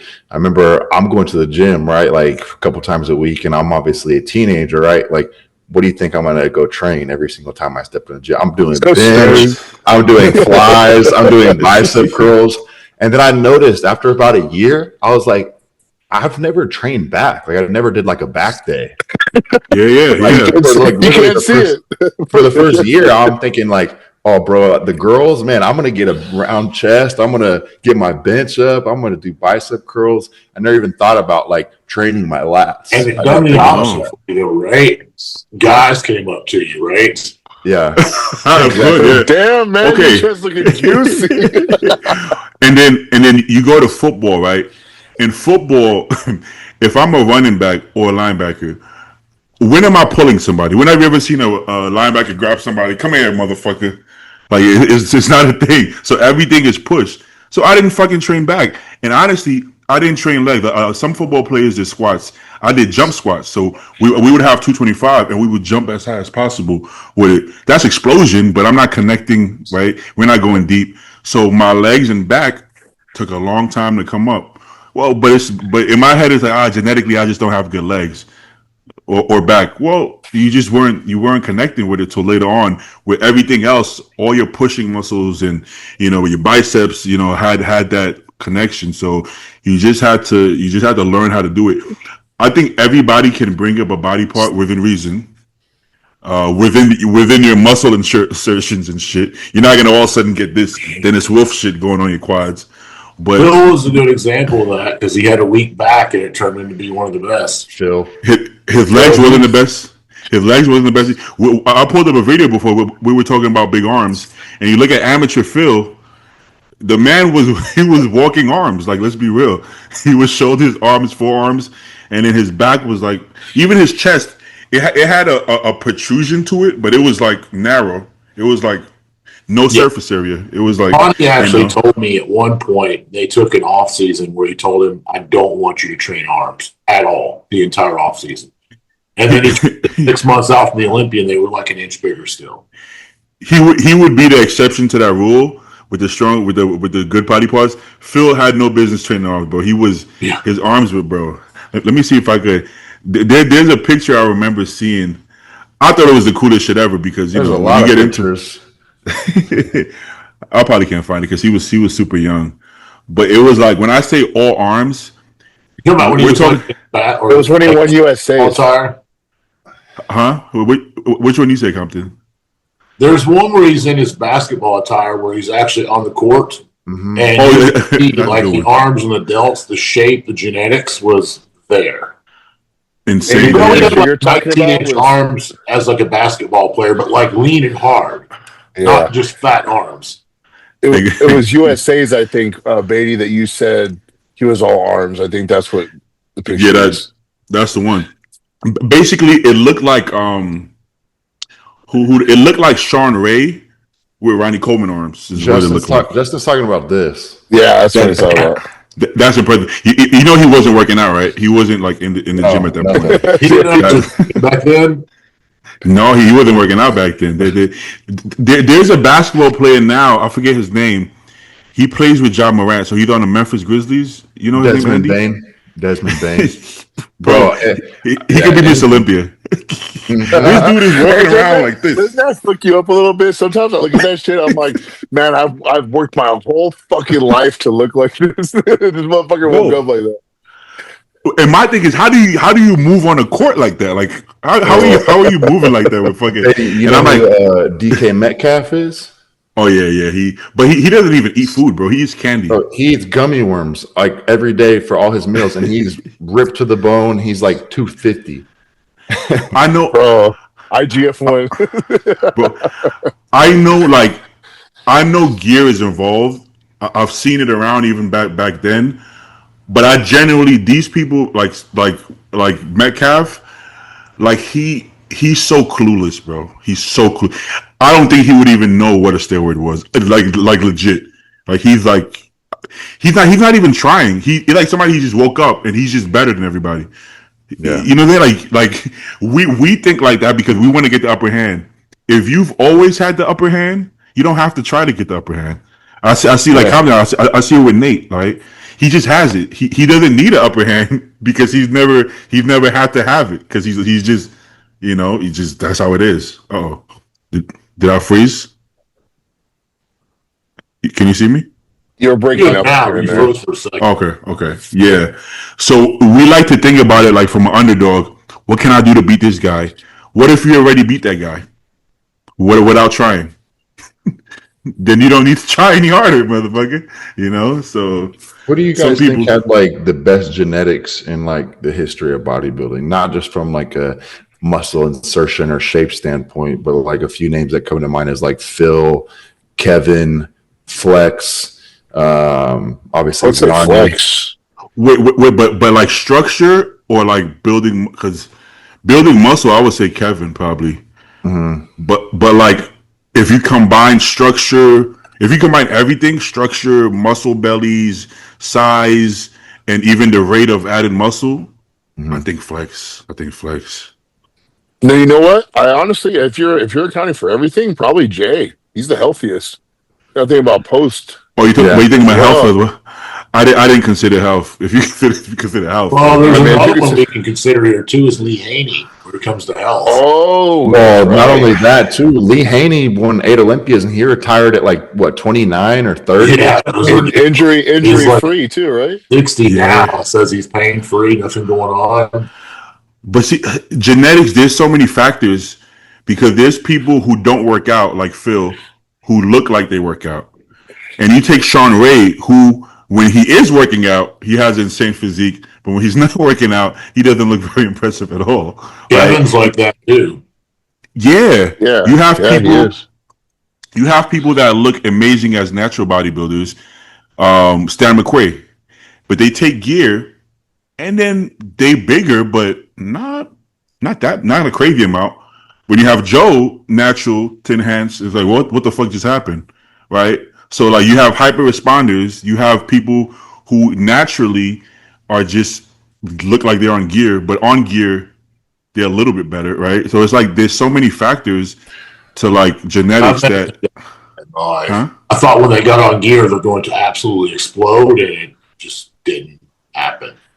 Well, okay, so Joe is kind of like Compton, because Compton natural, you like he's cool, yeah, he's good, but you're not like this guy. If he ever hops on, oh my god, and then he hops on, you're like, whoa, okay.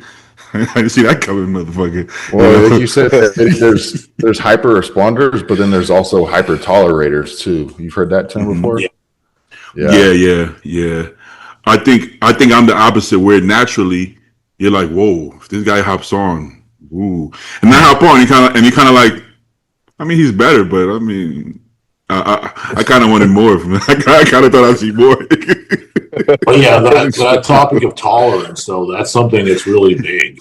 You know, like how your body, you know, from your first cycle to your last cycle, looking at your blood work, doing echoes, doing calcium scores, just seeing how things is affecting you short term and long term, the things that we don't see on the outside.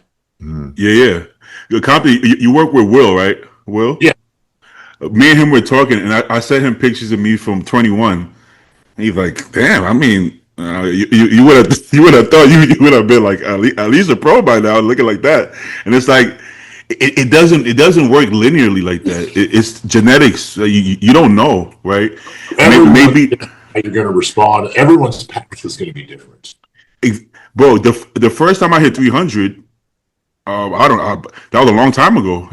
We did an off season that was like a little over 300. We're talking about a long time, like year.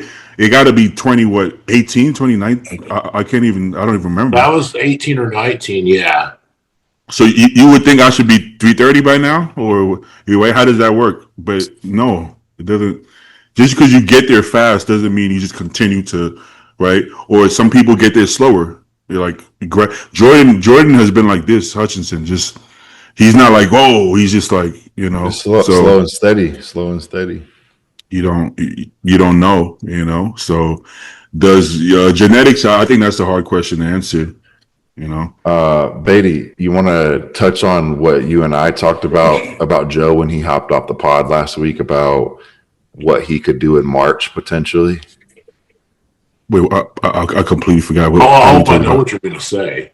I hope this is what you're thinking.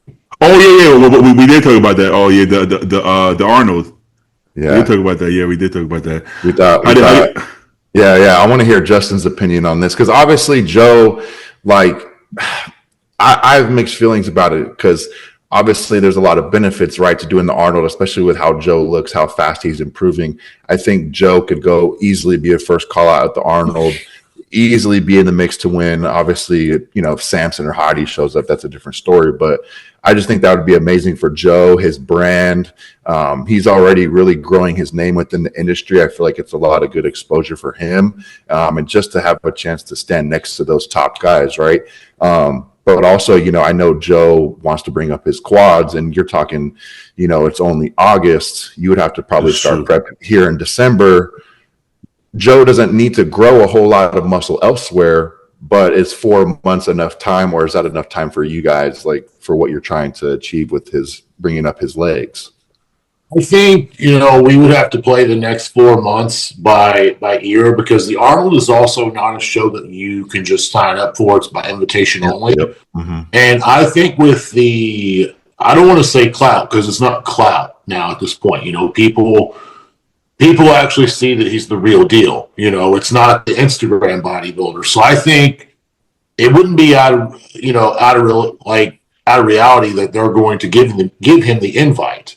Mm-hmm. It depends on who's actually submitting their request to do the show. I mean, if you have like everyone from the Olympia, he's probably going to get put on the chopping blocks, right? Mm-hmm. But if you don't, I mean, here's the thing though. Arnold's bumping that prize money to $750 to the winner.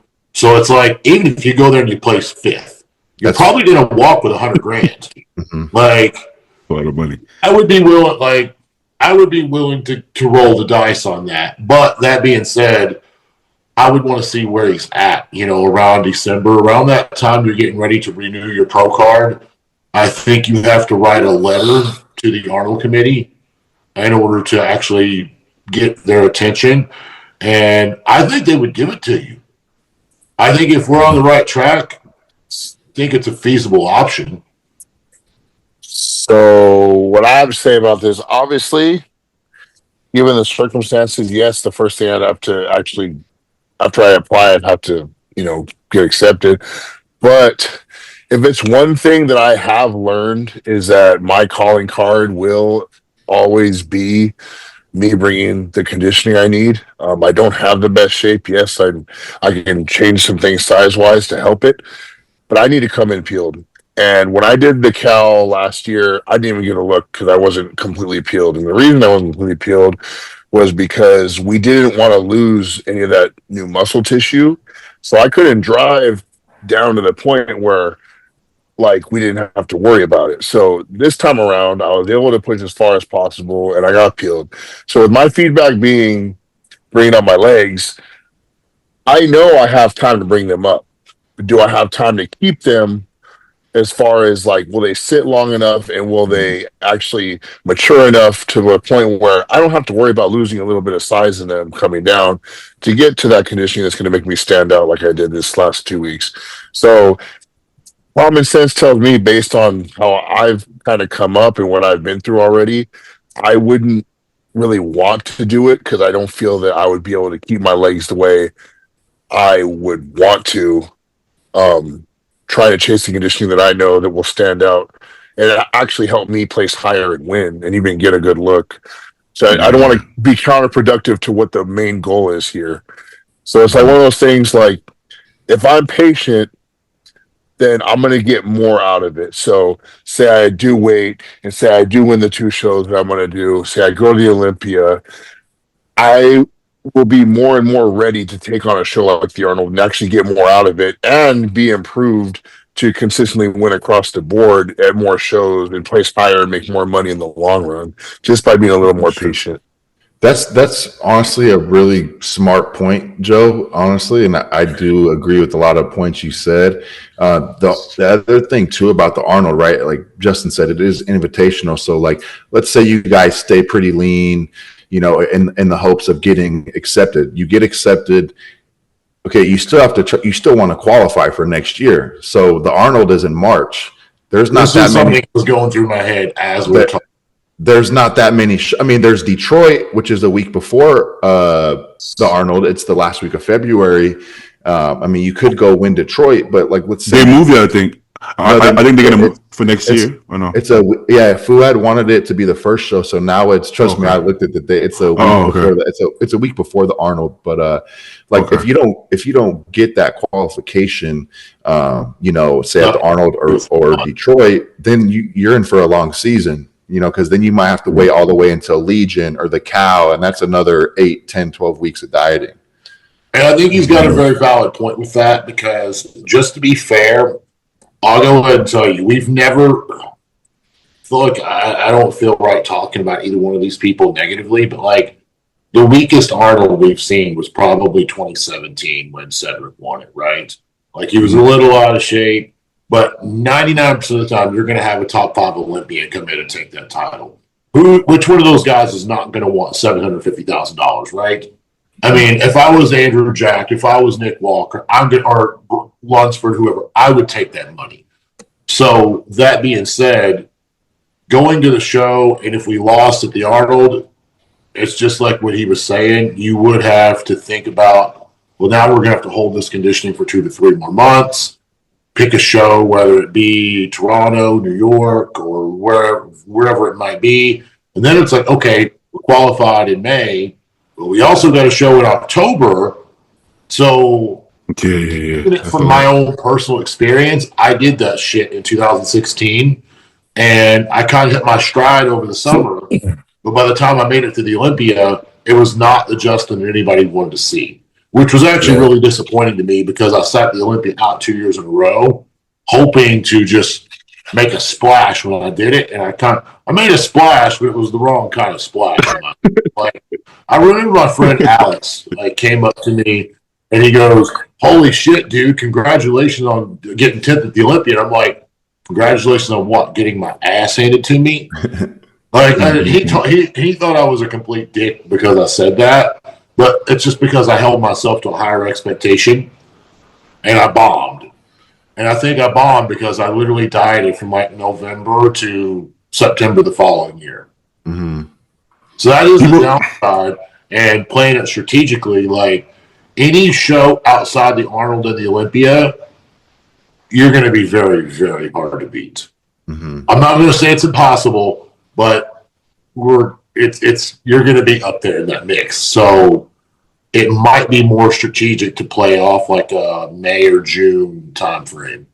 What you guys probably don't have it decided yet, but Joe, is there any shows that are on the calendar for next year that you like? I think it would be really cool to do this one. It's in my timeline. It's close to home, or I think that'd be a really cool show to do because of the production or anything like that. The only one that I've ever said that me and Justin talked about it would be the New York Pro, just because I've always wanted to do it, and I know it's a show that it's held in high regard because of who runs it and all that stuff, and the names that show up to that. But we're not sure about that yet. Joe, you know what? I'm gonna just scrap the whole Arnold idea. I got a better one: Pittsburgh and then New York the week after. That would be insane, bro. Yeah. I think that's kind of the newer way to do it, right? Like you either win a show or put yourself in a position where you're a guy, like Justin said, who can win pretty much any show, right? And then you do New York or Pittsburgh, right? And you win that. And then the following year, you do the Arnold. Mm-hmm. And then that puts you in a driver's seat like, this guy can win the Arnold, right? Even if you can, now everybody else is like, yeah, I think he can, And then you go back to the Olympia, and then, you just keep rolling. I think I think the biggest thing right now is Justin said it best.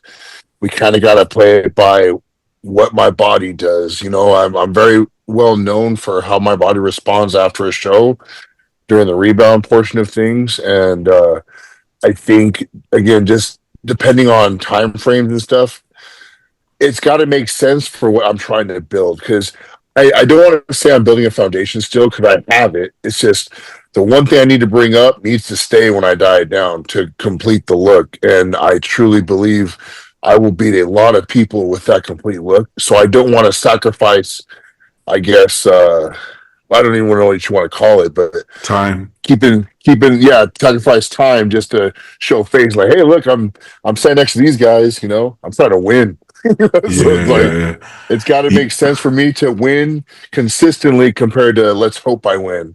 I'll be more confident in a complete physique, and then I'll do the back-to-back shows because I don't need to worry about putting so much time into bringing up such a big thing, And then I can be like a guy that does 3-4 shows in a row and get ready for the Olympia, and I have to worry about, will I have time to improve this, and this, because it's already there. It's just now my muscles are just maturing, and I just got to keep contracting them, kind of thing. Mm-hmm. I saw Martin talking about this in the video that he felt like he was rushing things early on because he knew his potential and how good he was, but he wanted it too fast. He wanted everything now. And he felt once he slowed down, took a breath, then now we all see how good he is, right? Now, okay, he just had to pace himself. So it's like there is a pace to the race, and you can be good enough, but you still have to pace it. I think when you pace it, things work a lot smoother and a lot better. Then I want it all now. I want to be a top 10 Olympian. I want to be top 5 Arnold. Everything right now. It's like, okay, let's do this. Okay, let's get this goal. And it all falls into place. If you have it, it's gonna happen. You just go with the flow, And that's the thing. I talked about it last year. My biggest variable right now is time. I mean, we took 14 months in between shows this last time. And people are like, damn, you did that much. It's like, yeah, because I gave myself the time to make such a drastic change. That was my 6th show.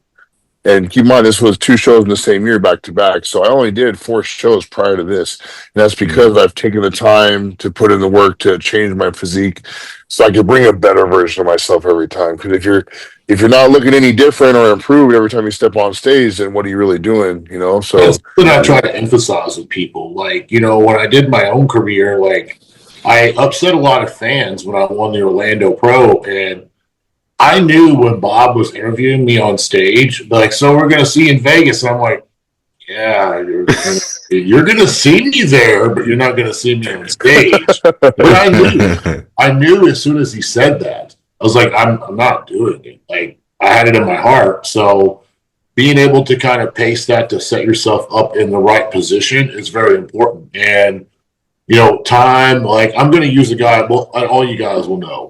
And I feel like if he didn't have a different career, he probably would have ran his bodybuilding career differently. But we all remember Brad Rowe, right? Yes. Mm-hmm. So when Brad was competing, you know, me and him both were amateurs together, and he beat me once, and then I beat him the second time, and I turned pro. But I remember thinking, like, this guy looks really good, but he's doing, it was like USA's, North Americans, Nationals, following year USA's, North Americans, Nationals. And when you look at the timeline on those shows, you're dieting all year long. Like, you're not really having an off season. And I think that's ultimately why Brad didn't turn pro sooner. But I understand he's got to stay a certain look because he did like Hollywood acting gigs. So it's like, if you're staying in shape, you may as well do the damn show, right? I get it. But like, his bodybuilding career would have happened sooner, I think, if he would have taken more breaks. Mm-hmm. Even as a pro, he was competing a lot. He never gave his time his body time to put on the size. Right? Yeah, he never truly maximized. And I also think because he was competing, Brad had a lot of injuries as well, right? I know he tore his quad, I think he tore his bicep. Staying super lean like that all the time is, and not to mention, not gonna. Me and Brad differ on form here. You know, Brad had a phrase he told me one time: "Grip it and rip it." Well, that tends to not work out to your favor for the most part. I think Brad would have been healthier and probably still competing today had he not. So I'm gonna use our friend as an example, man, and it's the perfect person if I can put is Zayd. How many times did Zayd compete back to back to back? He made tiny improvements. Exactly. Similar mindset, right? But his career probably would have gotten to where he wanted to be way faster if he would have taken more time to just jump in weight class, because he has everything, but he just kept almost like improving a similar look. So it's really hard to make that jump when you're doing that constantly, competing. Yeah, he didn't have he didn't take any time off, so you never every time he would show up, like you said, they would just see a slightly improved version. Probably the best example of that of all time that I can think of, at least since my time in bodybuilding, is actually the guy you just beat, was John Jewett. A lot of people don't remember this, but John, if I'm not mistaken, went from a middleweight to a heavyweight in 1 year. Yeah, he did. Obviously, that's hyper responder from hell, right? That's not normal for people to do. But if Zayd would have taken a year and went from a light heavy to a heavy, like a legit heavy, instead of, well, he kind of was a legit heavy, because didn't we say he was like 220 or some shit? Yeah, he was definitely. But imagine if he didn't have to suck down to make that weight, and he would have just been like 235 and came down to 225. We would have saw a significantly different version of him. I mean, who knows? Yeah. Beating Josh at USA's had that have happened. Yeah. Zayd with a 3-month off season would have been a heavy. He could have been a super. I think he would. I think he would have been a far better heavy than a light heavy. Yeah. I mean, depending where you want to go with it, I don't think he would even have to wait until he was a super to turn pro. I think he would have turned pro as a heavy relatively fast. I gotta be honest with you.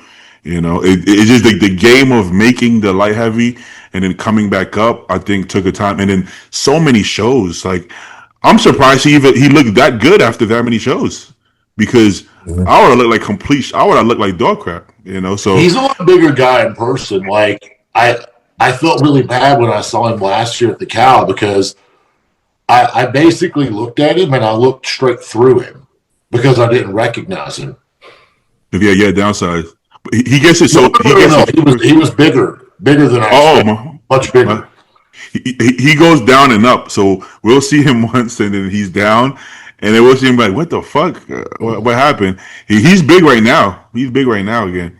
But but he was being coached by Brad. I was trying to convince him to work with you, but I'm friends with Brad. I don't want to, I don't want to step. But I don't think Brad had very much passion for coaching at that point. He was more into like the I don't know how you like life. What do you call that? what do you call the way Brad lives his life? Not even lifestyle. Like I don't know. He's like spiritual. Okay, like spiritual coaching more than anything. Honestly, he's moved into like a completely different sector of his life, and I feel like maybe it was good for him. Maybe he was battling stuff that we don't know anything about. But yeah, he's definitely changed significantly. So I mean, hopefully, it's working out good for him. He looks a lot happier. Like he's a good guy. But he wasn't always in a good mood when he was bodybuilding. I think that's probably all of us. We just know how to hide it.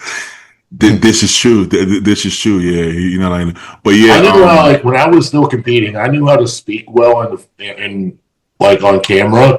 But in my head, I'm just like, fuck shit. Like in my head, I'm just like saying shit. Yeah. You know what's crazy? I think there's a lot of people who think like this probably goes for all of us. A lot of people who probably think I'm like the nicest guy ever. And there's a lot of people who probably think, yo, this guy's a dick probably. Like it just depends what part of you they get when they interact with you. Because I can't lie, there's sometimes some interactions I'm like, oh, that was kind of harsh, man. I think it also depends on how they treated you too, as well. Yeah. Like I always tell people, like if people tell you I'm an asshole, believe them. If people tell you I'm a great guy, believe them, because what you give me is what I'm going to give you in return. 100%. Yeah. When Justin, when you were like deep in the contest prep, like would you get like pretty annoyed if like people tried to come up to you and talk to you while you're training, or is that not really bother you? That was there's 2 times. There's only 2 times in my life, not two specific moments, but 2 scenarios that I was very shut off, and if you approached me during those times, you're going to see a very bad version of me.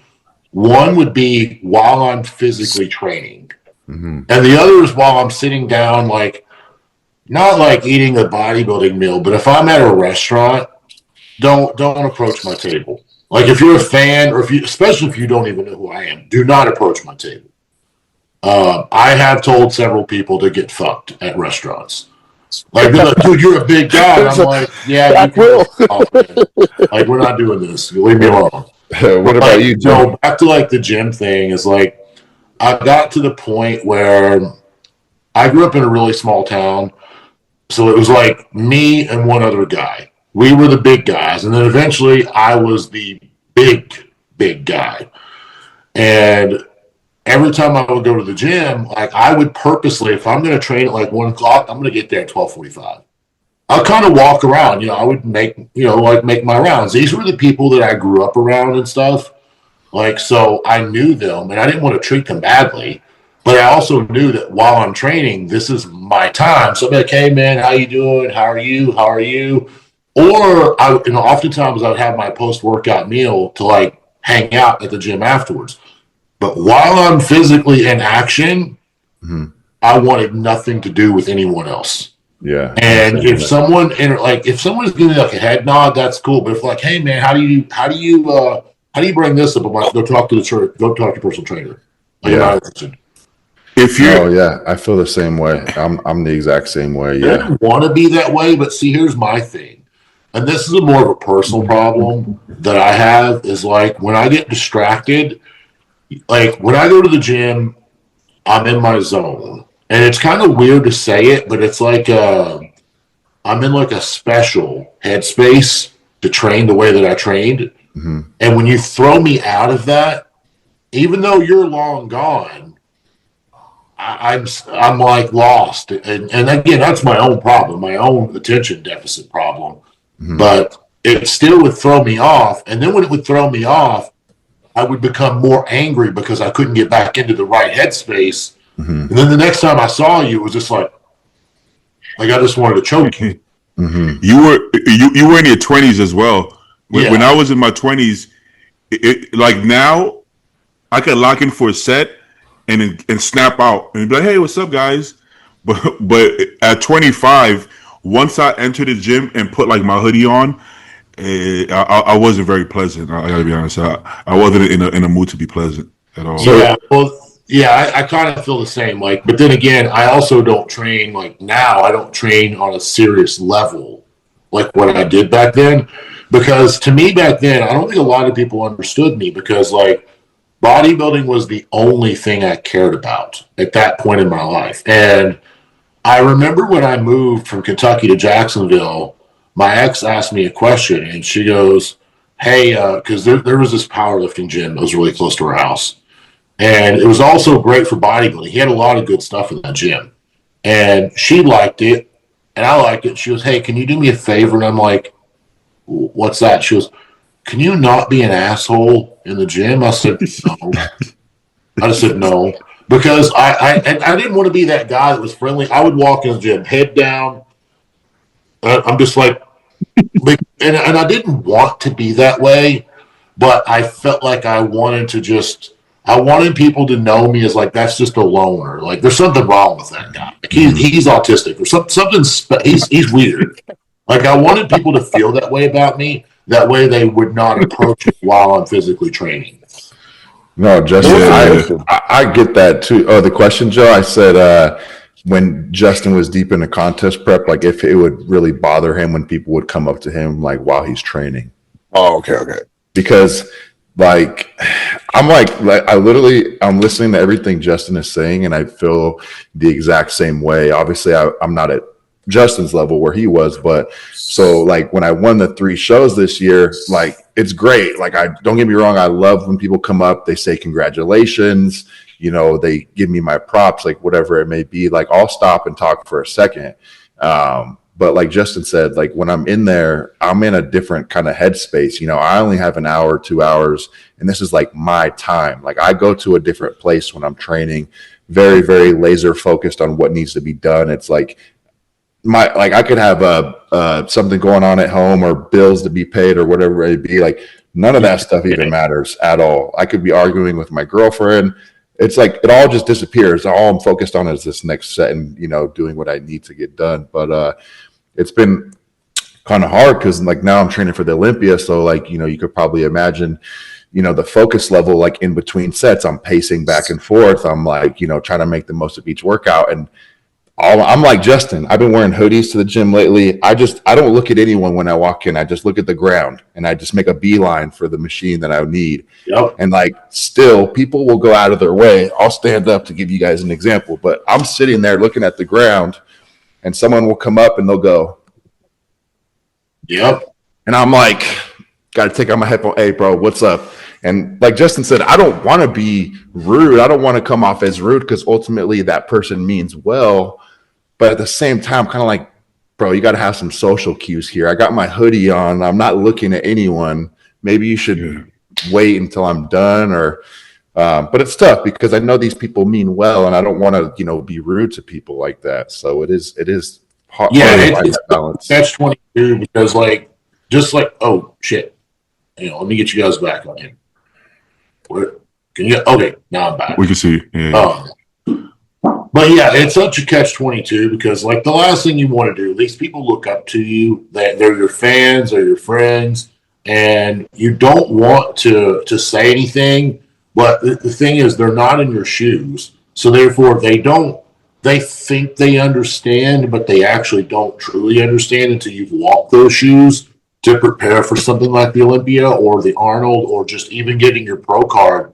They don't know. So like they go to the gym as we're talking about, not talking about bodybuilders, but like weightlifters. People just go to the gym to have fun. It's either a social outlet or it's just a hobby to them. But this is not a social outlet. This is not a hobby to a top level bodybuilder. And I know that's hard for a lot of fans to accept. But like I've been in the gym before and people's like, hey, can I get a picture? And I'm like, no. I'll just turn my head, but no. Like you said it. I want to be a prick because in my head I'm like, man, I know this guy, like he didn't mean anything from that. But like I know that picture turns into a 10-minute conversation and I don't got 10 minutes to give him right now. Mm-mm. Yeah, no, for sure, 100%. I agree. They don't know any better, so it's like they don't mean any harm. But at the same time, it's not necessarily a bad thing that they learned the lesson because you have to learn. So I actually was that guy once before, right? So I moved to LA brand new. I'm 23. I walk in Gold Venice. I'm like, holy shit, there goes Brad. I didn't know he was that big. Oh, there goes Sean Roden. There goes Dexter. And for some crazy reason, Dexter's working with Charles Glass. I'm like, I'm gonna wait till he's finished with his set, right? He barely even puts the dumbbell down. I'm like, and he doesn't see me. So I touch his arm, bro. Oh. And he looks at me like that. He's like, and I put my fist up like, hey, what's up, boy? And he's like, I look at Charles, and Charles is like, hey, my bad. And I walked away. And that's actually super cool because we kind of like got like not cool, but like kind of knew. After that, everything was cool. But just at that moment, it got the best of me. I just did. I was like, I used to watch this on YouTube. Like, this is so cool. And then it's like, okay, that was out of line. Like when I went to LAC, which is the Lexington Athletic Club, the first time I was there, the WWE was in town. So I grew up watching wrestling. And guess who was there? Well, actually, not just guess who. The whole crew was there. All of them. You get excited. You're like, oh, shit. John Cena was there. And obviously, John Cena is the one who looks like a bodybuilder. Actually, used to be one. Mm-hmm. So I caught him over doing hyperextensions. And I went up to him. I was like, hey, man, I'm a big fan. And he's just going. Like, and I was like, can I grab a quick picture? And he goes, yeah. Like, in the picture, he's just like, what? He just had like the fuck you look on his face. And I went on. This is when I was an amateur. Later on, I realized this is this man's career and livelihood. And I realized, I'm like, I know why he looked at me like I was an asshole. Like, he just looked at me like he looked like he wanted to body slam me is what he wanted. I could picture Charles Glass and Dexter looking at Beatty like he's on drugs or something. Like, bro, are you fucking crazy? You're going to tap me on the shoulder while I'm training? Yeah. I have had moments like that. But, like, I've also had moments before where I've had, like, fans be like, hey, can I have a picture? And I'm like, no, give me, like, 15 minutes, we'll be done. And I will approach them afterwards because, like, and I make it clear to them, like, hey, I didn't mean you any disrespect. I don't not like you. Like, I'm thankful that you look up to me. I'm proud of that. Like, I want to be your friend. I just can't do it while I'm doing my thing. Like, I'll explain that to them too. Like, I'm never just like, no, fuck you, bye. Like, I'll always go. Like, if I ever turn someone down or say no, or if I'm rude, I'll always go up and apologize. And sometimes, like, even when I feel like I'm not in the wrong, I'll still apologize because, like, I just don't want that, like, on my conscience. Weird conversation, like, right after the Arnold in 2015, so you guys have been to the Arnold, right? It's always a great conversation. Never. I don't think I've been. Never been? No, I've actually never been either. I'm going this year. We are going this year. It's a huge convention center. Like, I want to go. It'll make the Olympia look like a local level show. Just giving you that. So I gotta go then. I had someone kind of teach me, like, how to kind of avoid the crowd because, I mean, just like I'm not saying it was right or wrong, but, like, I didn't go there for third place. And getting third place, it crushed me. I wanted to win. Just like Branch wanted to win, just like Cedric wanted to win, Rolly, we all went there to win. And you also kind of deserve to win. Do what? I said you also kind of deserve to win that one. I mean, with all due respect. I think I should have. I don't know if I should have won Columbus, but I feel like I should have won Australia because I feel like I was much improved there, and I feel like due to some shitty circumstances, Dexter kind of got the shaft because of his flights, and it worked to my advantage because I don't think he looked at his prime. Yeah. But that being said, I remember thought about this. I was like, you've been a real asshole to your girl. You've been a real prick. I was like, now is the time to reflect on this. And I remember me and her kind of went off to the side, down a hallway kind of. And I'm pulling her in. I'm having this intimate moment. And I guess one of the fans saw me, saw Justin walk down that hallway. And I'm having a moment. Literally, I'm about to lean in and kiss her. And he's like, hey, excuse me, can I get a picture? I was like, does it look like I want to take a fucking picture right now? And when I said the look on this kid's face, I was like, and he clearly he didn't know how to read the room. What was I'm not at the expo. I'm not here signing autographs. I'm clearly trying to have a moment. And then afterwards, I was like, hang on, let me go make this right with him. I did not want to treat him like that. And I went up to the kid and I was like, hey, I'm really sorry. I was like, I've been through a really rough prep. I'm going through a tough time over here. And I explained it to the kid. Of course, they put me on blast on the internet. That's when I was like, damn, I wish I was sorry at all. Fuck that kid. But I tried to explain to him, you really just caught me at a really awkward time. Mm-hmm. Yeah. Well, you should at least when it's all said and done, after, I said, I went up to Dexter. I wasn't offended by the reaction because I kind of understood it after. I'm like, okay, I get it. But you have to be able to understand. If you're offended enough to post it online, I feel like that's kind of, you got to be able to look at both sides. That's kind of extreme. Yeah. But Phil, that used to happen to Phil a lot. People would talk about the interactions, but people I literally he would guest pose at some of the East Coast shows, the Eastern USA's, the Atlantic States, and I would see how people would approach him. Mid conversation with somebody, they would just interrupt the conversation. They would follow him into the bathroom. It's a lot, Somebody standing talking, like you said, talking to your girl. Doesn't matter what you're talking about. You have to read the room, maybe get a little closer, see if he looks at you. But you can't just beeline and just stop the conversation, right? That's kind of just common. You kind of froze on us there. I don't. Yeah, you froze on us. Am I here? You're good. No, you're good now. Yeah, we hear you. Okay, yeah. You don't want to just beeline and interrupt conversation. If you don't show the courtesy, you can't expect them to show the courtesy, right? I get it. You feel like they should be held on a higher standard. Maybe they should, but they're still human beings, man. They're still human beings. Sometimes when people get starstruck, they don't really think. It's like when I approached John Cena, I didn't think that I was screwing his workout up. Yeah. I was at North Americans one year, and I was just there for Evogen. And I went to the bathroom, and there's a guy in the bathroom. He was Justin Compton, and I'm literally standing at the urinal.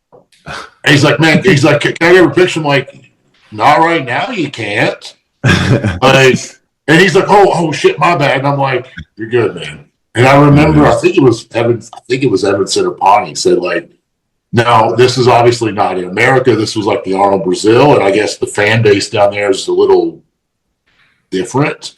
Mm-hmm. Yeah, they we're trying to take pictures of him while he's pissing in the bathroom. I'm like, nah. At that point, I'm gonna smash your phone. Yeah, we're gonna have some big problems with that. No, when I was in Hong Kong, this is much different than American culture. When I walked out after winning the show, people were very grabby and touchy. I saw that.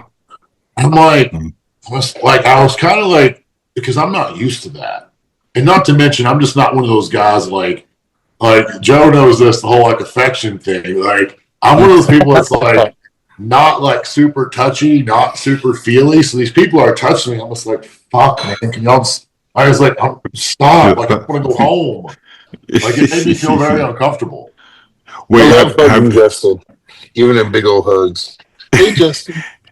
Have you been to India, Justin? No. Justin. Yeah. Can you hear me? Yeah. Have you been to India? No, I've never been to India. Yeah, I heard it gets pretty rough there too, as far as the the attention to bodybuilders and everything. Well, they don't. I hate to say this, but like India definitely doesn't see bodybuilders on like a regular. The only time they see us is when we travel there. Because think about this: do you know of any like superstar India, like pro India bodybuilder? I can't think of off the top of my head. And if there's any out there, I'm sorry for disrespecting the guy, but like I don't know of any like top level Indian bodybuilders. So like when they see, I remember like when Kai Green goes there, he is treated like they may as well put a gold crown on his head. Yeah. Well, was that guy? What was the Shiru? Was Shiru a pro? If he was, I don't know. I mean, I know he hosted the show over there, and then I heard. I don't even know the deal. It was allegedly he didn't pay out or something like that, and that's why he doesn't have a show anymore. I don't know. Maybe I'm dead wrong on that. Maybe because rumors are always just that, rumors. Yeah, that's not gonna work out. But he had a crazy lineup. They showed up for something. He probably it was big prize money. I mean, if you're going to get Phil Heath to travel over there, after the Olympia, you're definitely paying it. Yeah, that's gonna be tough. Do we have that European tour post Olympia this year? I don't know if you guys see this. I think it's just Prague. Is it just Prague? Like last year? I think so. But you have Olympia qualifiers for next year before the Olympia. There's Germany, which I think that's the Dennis James show. I think that's the one Quinn's gonna do. There's Italy, and then France or France. There's some in France. I think they might. Didn't Samson do one in France last year before the Olympia? Yeah, 2 weeks before. Yeah. Okay, so there might be a couple. Yeah, but I gotta be honest with you. It's not gonna be a walk in the park, man, for Quinn. I love Quinn, crazy physique, but I mean, Sergio, Mark Hector. They changed the rules now. Is it only the top 3 that's qualified? Is that right? Yeah, and open. Yeah. Oh, so you're going to have guys that's 4th, 5th, 6th, 7th from last year's Olympia that are that I wouldn't be surprised if we don't see some of those guys hop in the shows just to get that 2026 qualification, get it out of the way. Mm-hmm. Yeah, look at Brett. I don't think Quint is at like a top 7 in the world physique yet. No, look at sky's the limit for him, but like I don't think he's there yet. Have you seen Brett Wilkins' pictures? He looks like he's so lean that I'm assuming he wants to get a qualification for next year. Dude, I probably think before. He's like super peeled. Like I've never seen Brett not in shape. Like even when he's off season, he's still better than like. He still looks like he's 6 weeks out. Mm-hmm.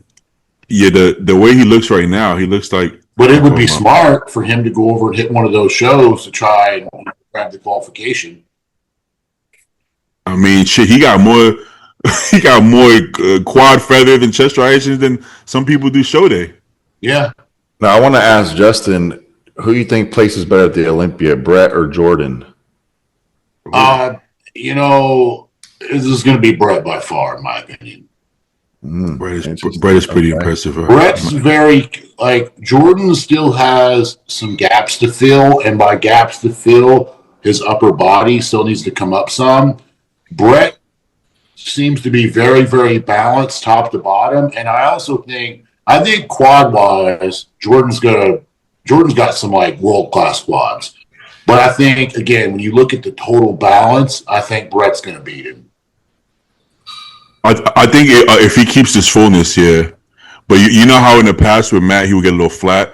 But we also know that Matt was kind of not giving a shit too, Like I don't think Matt really I always thought like Matt was like taking care of his top guys and like just kind of brushing the other ones off, but apparently he was brushing the top guys off too.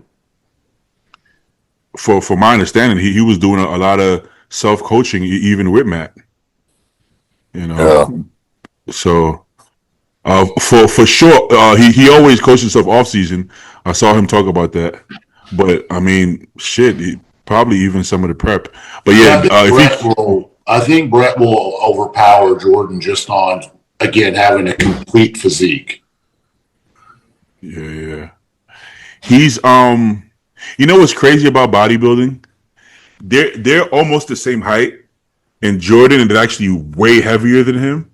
But you see them in person, and Brett looks like denser. Does that make sense?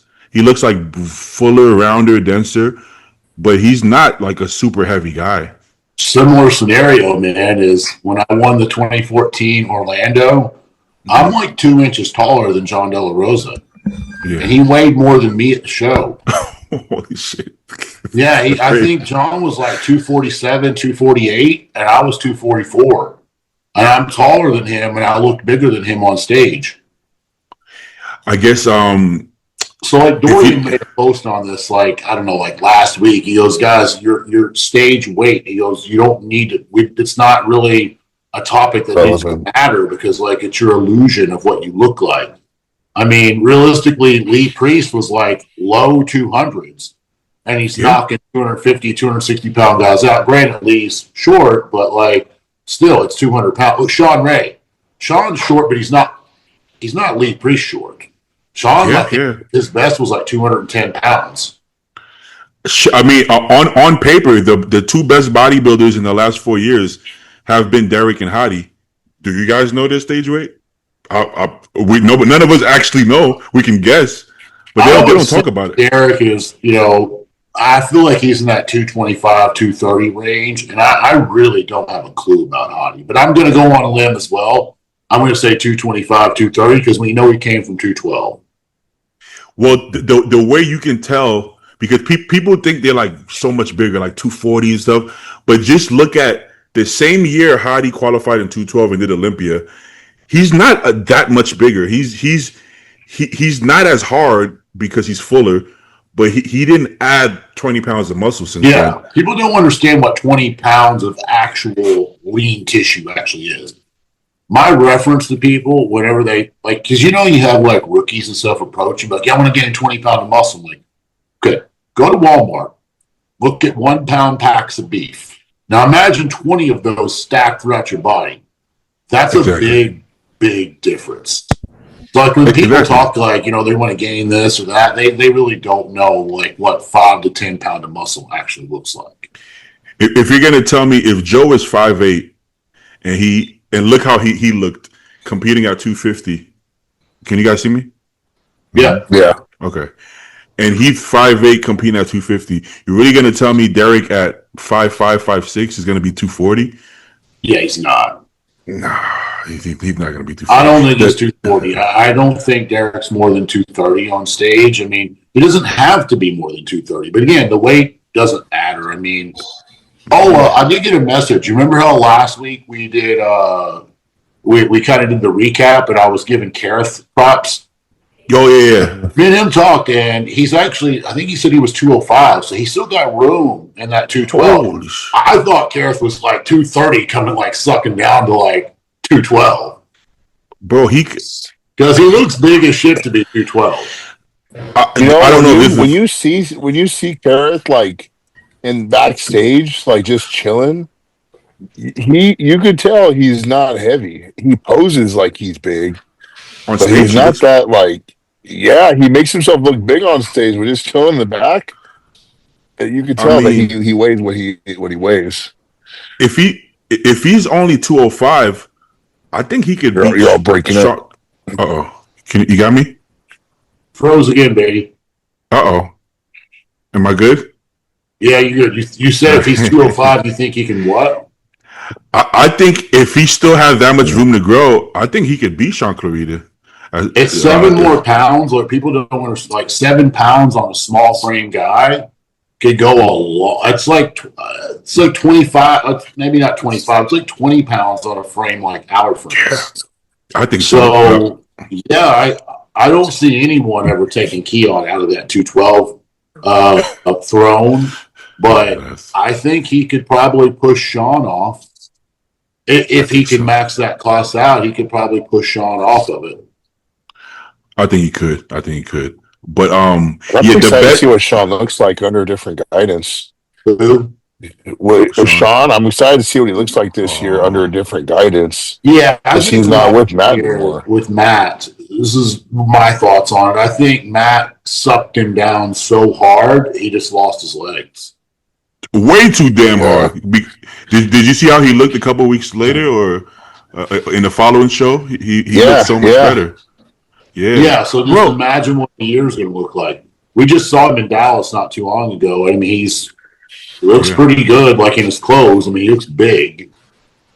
Bro, at what point do you say, bro, you need a refeed, bro? God damn! Like at no point did Matt think, I think we could give you some more food, bro. Like he just keep going. God shit. No, but looking good. Look, hey, bro. Sean, you got this. You got this year's yours. It's your years.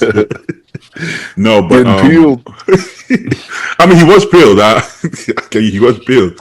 But I was gonna say one thing about what's the coach name's Boss of Outlaw is that you ain't coming in flat. I'll tell you that much. Well, Sean's working with John Jewett. Oh, he switched God. He's with John Jewett. I thought he was Boss as well. No, wait. He said training. Did he say only training or both? Oh, I don't know. That I don't know, because we just did the GASP meeting, and he said that he's under John Jewett. Now, I don't know if he's specific to training or if the nutrition as well. If he mentioned it at a GASP meeting, it sounds like coaching.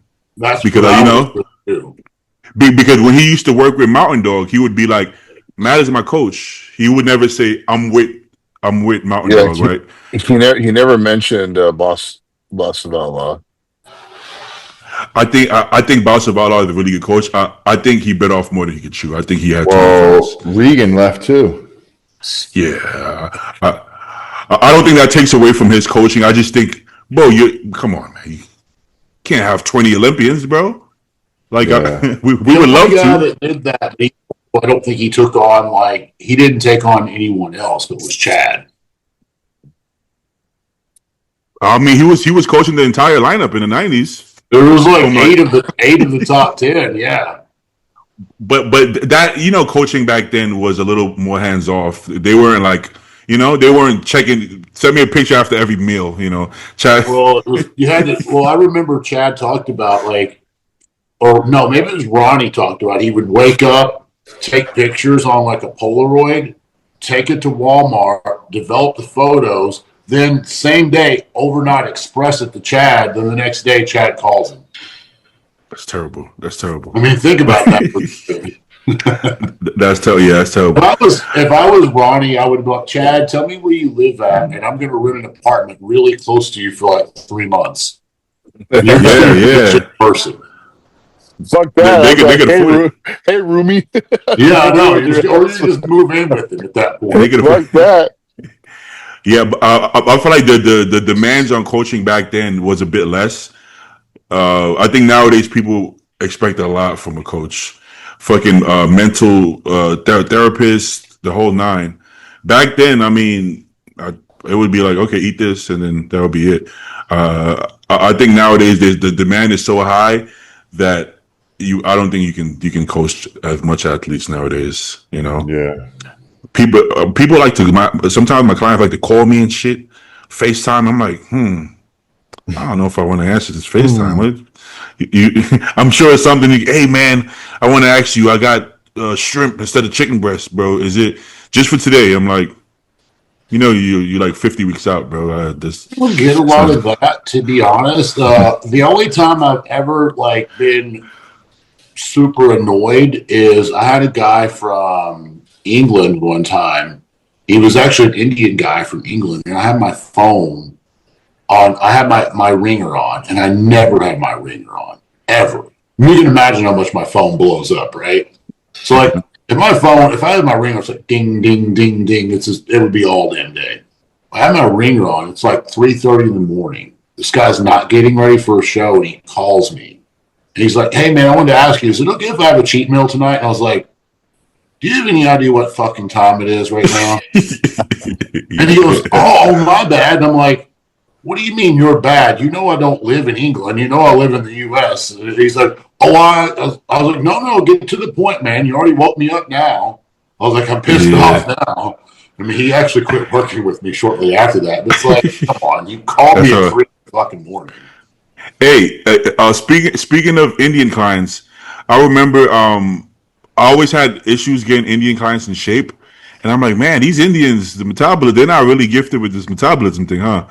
And then I had one, and I felt like he had the right mindset. I'm like, I don't think this guy's cheating. I'm sure he's following. I'm like, yo, send me a picture of your meals before you eat it. And he sent me a picture of his chicken and rice. And the rice was yellow, and the chicken was red. And the chicken was red. I'm like, hey, what's this coloring? Tell me there's turmeric. Oh, this is just some just a little bit of masala with some, butter, rices. No problem. I'm like, okay, that's a problem. I'm like, you can't diet on tandoori chicken. You know that, right? It just, am I cutting out? Yeah, you cut out pretty bad. Yeah. So to all the Indian clients out there, you can't diet on chicken masala and tandoori sauces. you gotta. One time he was not he was not Indian. I'm not going to throw his name under the bus, but he actually wouldn't admit to me that he was cheating. His training partner told me he was eating a kilo, which is 2.2 pounds of yogurt with his meals. So the dude's eating a fucking 2 pounds of yogurt a day. Greek? He's like, are they Greek? Yeah, okay. No, he's not Greek. But yogurt, dipped chicken in yogurt, which to me sounds disgusting. But he's Muslim, I'll say that. So yeah, and I'm like, well, no fucking wonder I can't get this guy in shape. Yeah, that's a lot of fucking yogurt. The funny part, when clients admit to cheating, it's always after the show. When you can't help it no more, bro. I'm like, I gotta be honest with you. I feel like I could have been sharper if I wasn't having the double cheeseburgers. I'm like, well, why are you telling me? What am I gonna do with that information now? Like, what do you want me to do? Yeah, no shit, But I gotta be. Every time I would circle back around, I'm like, well, it showed. We can see where it showed, bro. Sometimes and you'll ask somebody, and they'll kind of double down. Like, no, I'm doing the plan. I'm like, are you really? Are you really? Honestly, I kind of stopped asking just because, the most sometimes I don't. Sometimes I think certain people really do have some really shitty metabolisms. And then other times I'm like, no, I know what you can do when your head's right. Yeah. What I'll ask is 1 through 10, rate your own execution via diet and training, 1 through 10. If they say 10, that's a red flag. I'm like, nah, he wasn't no 10. But I don't care if you highly chupin. You better say 9.5. Don't say 10. Everybody could be better. So you can't say, if you say 10, I feel like you're hiding something. If you say 8, I'm like, okay, at least you're being honest. You're being honest. So anyway, we've been on for a while, right? But how long have we been on now? 2.5 hours. You guys want to cut it there, or you want to do some questions? That's a good pod, bro. That's a good. Yeah, me and I'm watching them talking. Me and Joe are just getting silent in silence. Yeah. Hey, just for the record, go get a 7-Up. I know it's time for me to get enough. Yeah, I got to eat soon too. I'm all starving and shit.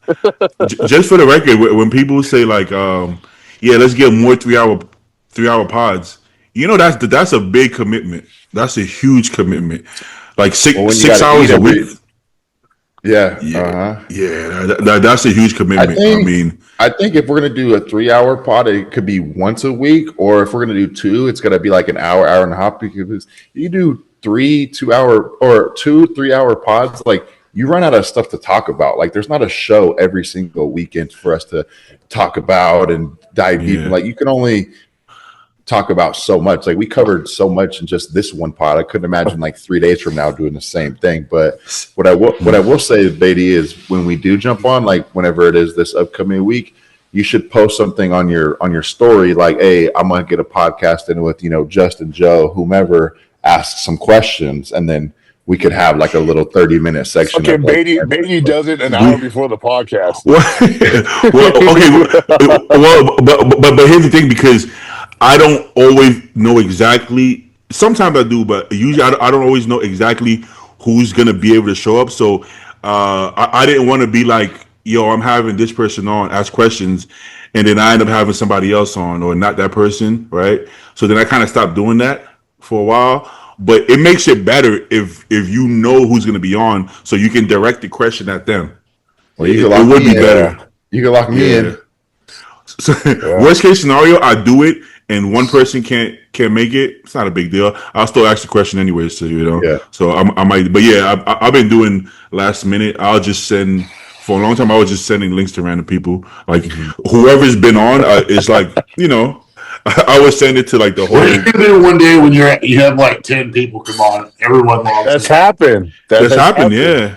But the crazy part is people like it, which like I don't feel comfortable with that. But or like Andy said, I like to have more relevant topics to show up, but you know people don't give a fuck. We could hop on here. Me and Joe have done it. We hopped on here and literally just talk to each other about nothing, and people love it because I don't know. They just want to. Remember how the broadcast started though, right? Just talking. They're just talking like random bullshit, like having normal. I don't know. Some people maybe it's not normal, but normal guy talk. And I would have never thought something like that would take off. I'm like, because I always thought, oh, I need to offer some educational, inspirational. I need exactly. No, you're sitting here talking about eating ass and stuff, like, and people are like just really getting into this. I think bro chat's so popular because it's so relatable. Like, especially the shit Paul says. Like Paul is like an everyman's guy. Like everything Paul says, it's like, I've been there for sure. And then also.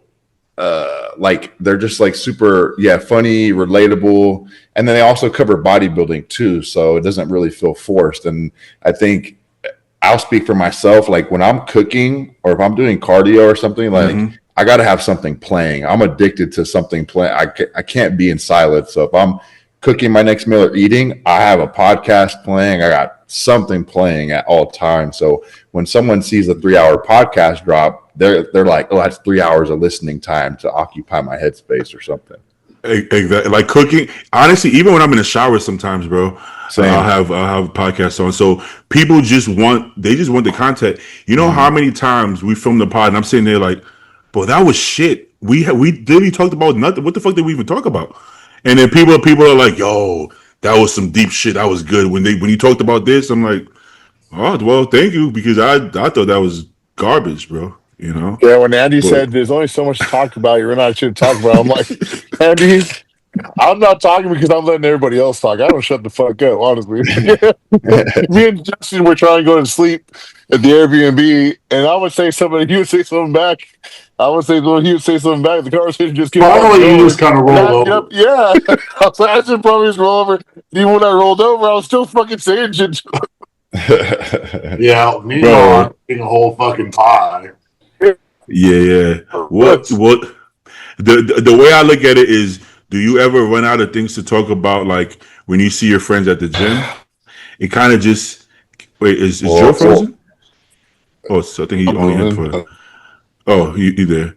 Yeah, it's like, but that's how the podcast started. Me, Joe, and Paul, we kept talking at the gym for like an hour, and we're like, we should film it, you know? And that's just what we did. We just filmed ourselves talking. And it wasn't contest coverage. Like, this is not like a contest coverage podcast.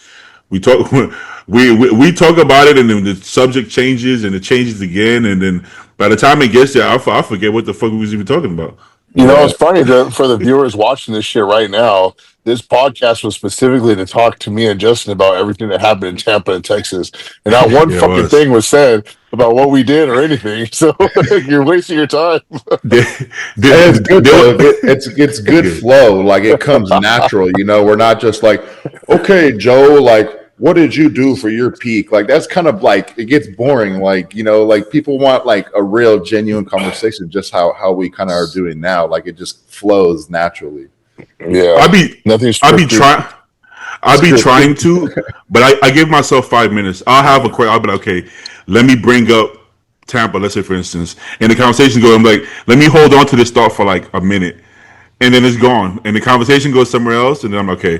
Then I'm like, okay, let me bring it back up. But in the conversation, if the conversation is just going somewhere else, I don't want to just disrupt it. So I'm like, fuck it. I guess once it's gone for a couple minutes, I'm like, I can't bring it back now. I have a story for you guys. Yesterday, I took Ashley to the mall, and she got me an iWatch, so I finally got one of those. And then me and Paul told her we'd get her some sunglasses because she saw some at the airport, but we just didn't have time to look. So I took her, and there was this guy, the manager there, and he was talking to me, and like Ashley's all looking around, holding jacks and shit, like genuinely looking for some pairs. And I'm just talking to this guy this whole fucking time. And so this conversation is being had. I shit you not, it was probably like 40 minutes. And then he's like, "Hey, so did you find anything you like?" to Ashley and shit. We decided to go check one more other store and say we're going to come back to make sure that Ashley found the one that she wanted. And then so we come back 5 minutes later. Hey man, we're gonna get these, but they had a deal: buy one get one 40% off. And so I told Ashley, "Hey Ash, if you find two that you like, I won't get anything. You just get the two. But if you don't find a second pair, I'll get the ones that I like." She misunderstood me, so in front of the guy, she was like, "Which one are you gonna get, Joe?" I was like, "Oh no, you found two. Like we're good." And she's like, "What do you mean?" Well, I told you if you find two, blah blah blah. And the guy was like, "Wait, what's going on? What's going on?" You might have had like a 45-minute conversation with this guy prior to all this. I was like, "Oh no, she just misunderstood me because I said if she finds two that she likes, get those. If she only finds one, I'll get the second pair and we'll get the 40% off." He's like, "Which ones do you want?"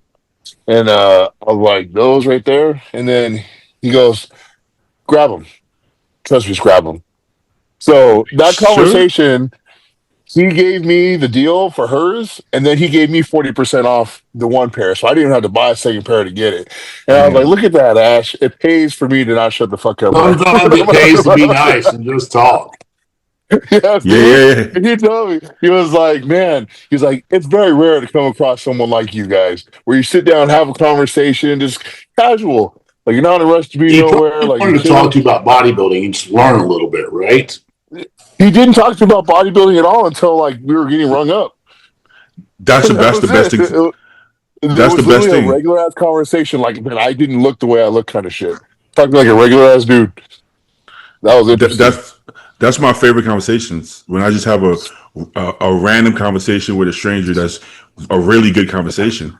You know? Yeah, it was really refreshing and shit. We're just talking about places to go, like places to take her on dates, like his dad growing up, little things we learned, like things trending nowadays. Now, stupid we think that shit is, stuff like that. Zero to do with bodybuilding until I literally was getting rung up. That's just because he was like, "Hey, so you're into fitness or what do you do, man?" That was at the very end. Yeah. You know, people don't believe it when we say, but have we ever sat down and talked about like gear, like cycles? No. Like hardly ever. It's not a thing. Like we don't be like, "Hey, bro." I've been on other shows before. Like when I'm hanging out with pro bodybuilders, we don't talk about like, what do you take? How do you train? No, we talk like normal people. Yeah. Bro, the only time we even talk about competition is like, obviously, like there was just big ass shows that happened, right? But when we go to Olympia, we're not going to really be talking about bodybuilding. We're just going to be catching up. We're just going to be hanging out. We're not going to be like, "Hey, you know, bro, you should squeeze your hamstrings, Jordan, squeeze your hamstrings more." Like, what the fuck? Let me see your glutes real quick. Let me see how deep those glute striations are. Yeah, you're ready. I mean, at the gas pumps with the Olympia going on, we were just bullshitting. I don't even know what the fuck we was. We were just bullshitting, bro. We talked about everything, but we were just hanging out. We're not really comparing notes of about diet and. I think people think like we're like sharing notes. Like, okay, we got a notepad like Milos and fucking Nassau. Like, yeah, we're gonna take the insulin. Bro, we don't. That's not how it works. We don't. We're just regular people, bro. We just like to shoot the shit, bro. But yo, let's go eat, man. It's time to go eat. My dog is just staring at me for like the last hour. he like this. He like, yo, you know what time it is, bro? Like, what's going on here, bro? Yeah, just wait. Those bullies know the time, man. They're literally having an internal time clock when to eat. Those motherfuckers knows when it's 6:30 at night and 6:30 in the morning. He'll aggravate the shit out of me until he gets food. I don't. If it me, I don't like when he looks at me when I eat. I hate it. It just irks me. Like, let me eat. I don't look at you when you eat. Don't look at me when I eat. That is stupid. I hate. Please don't stare at me when I eat. It makes me uncomfortable, bro. All right, y'all already know. All right, guys. It was great seeing you guys. We're catching I'll up talk as to you always. later.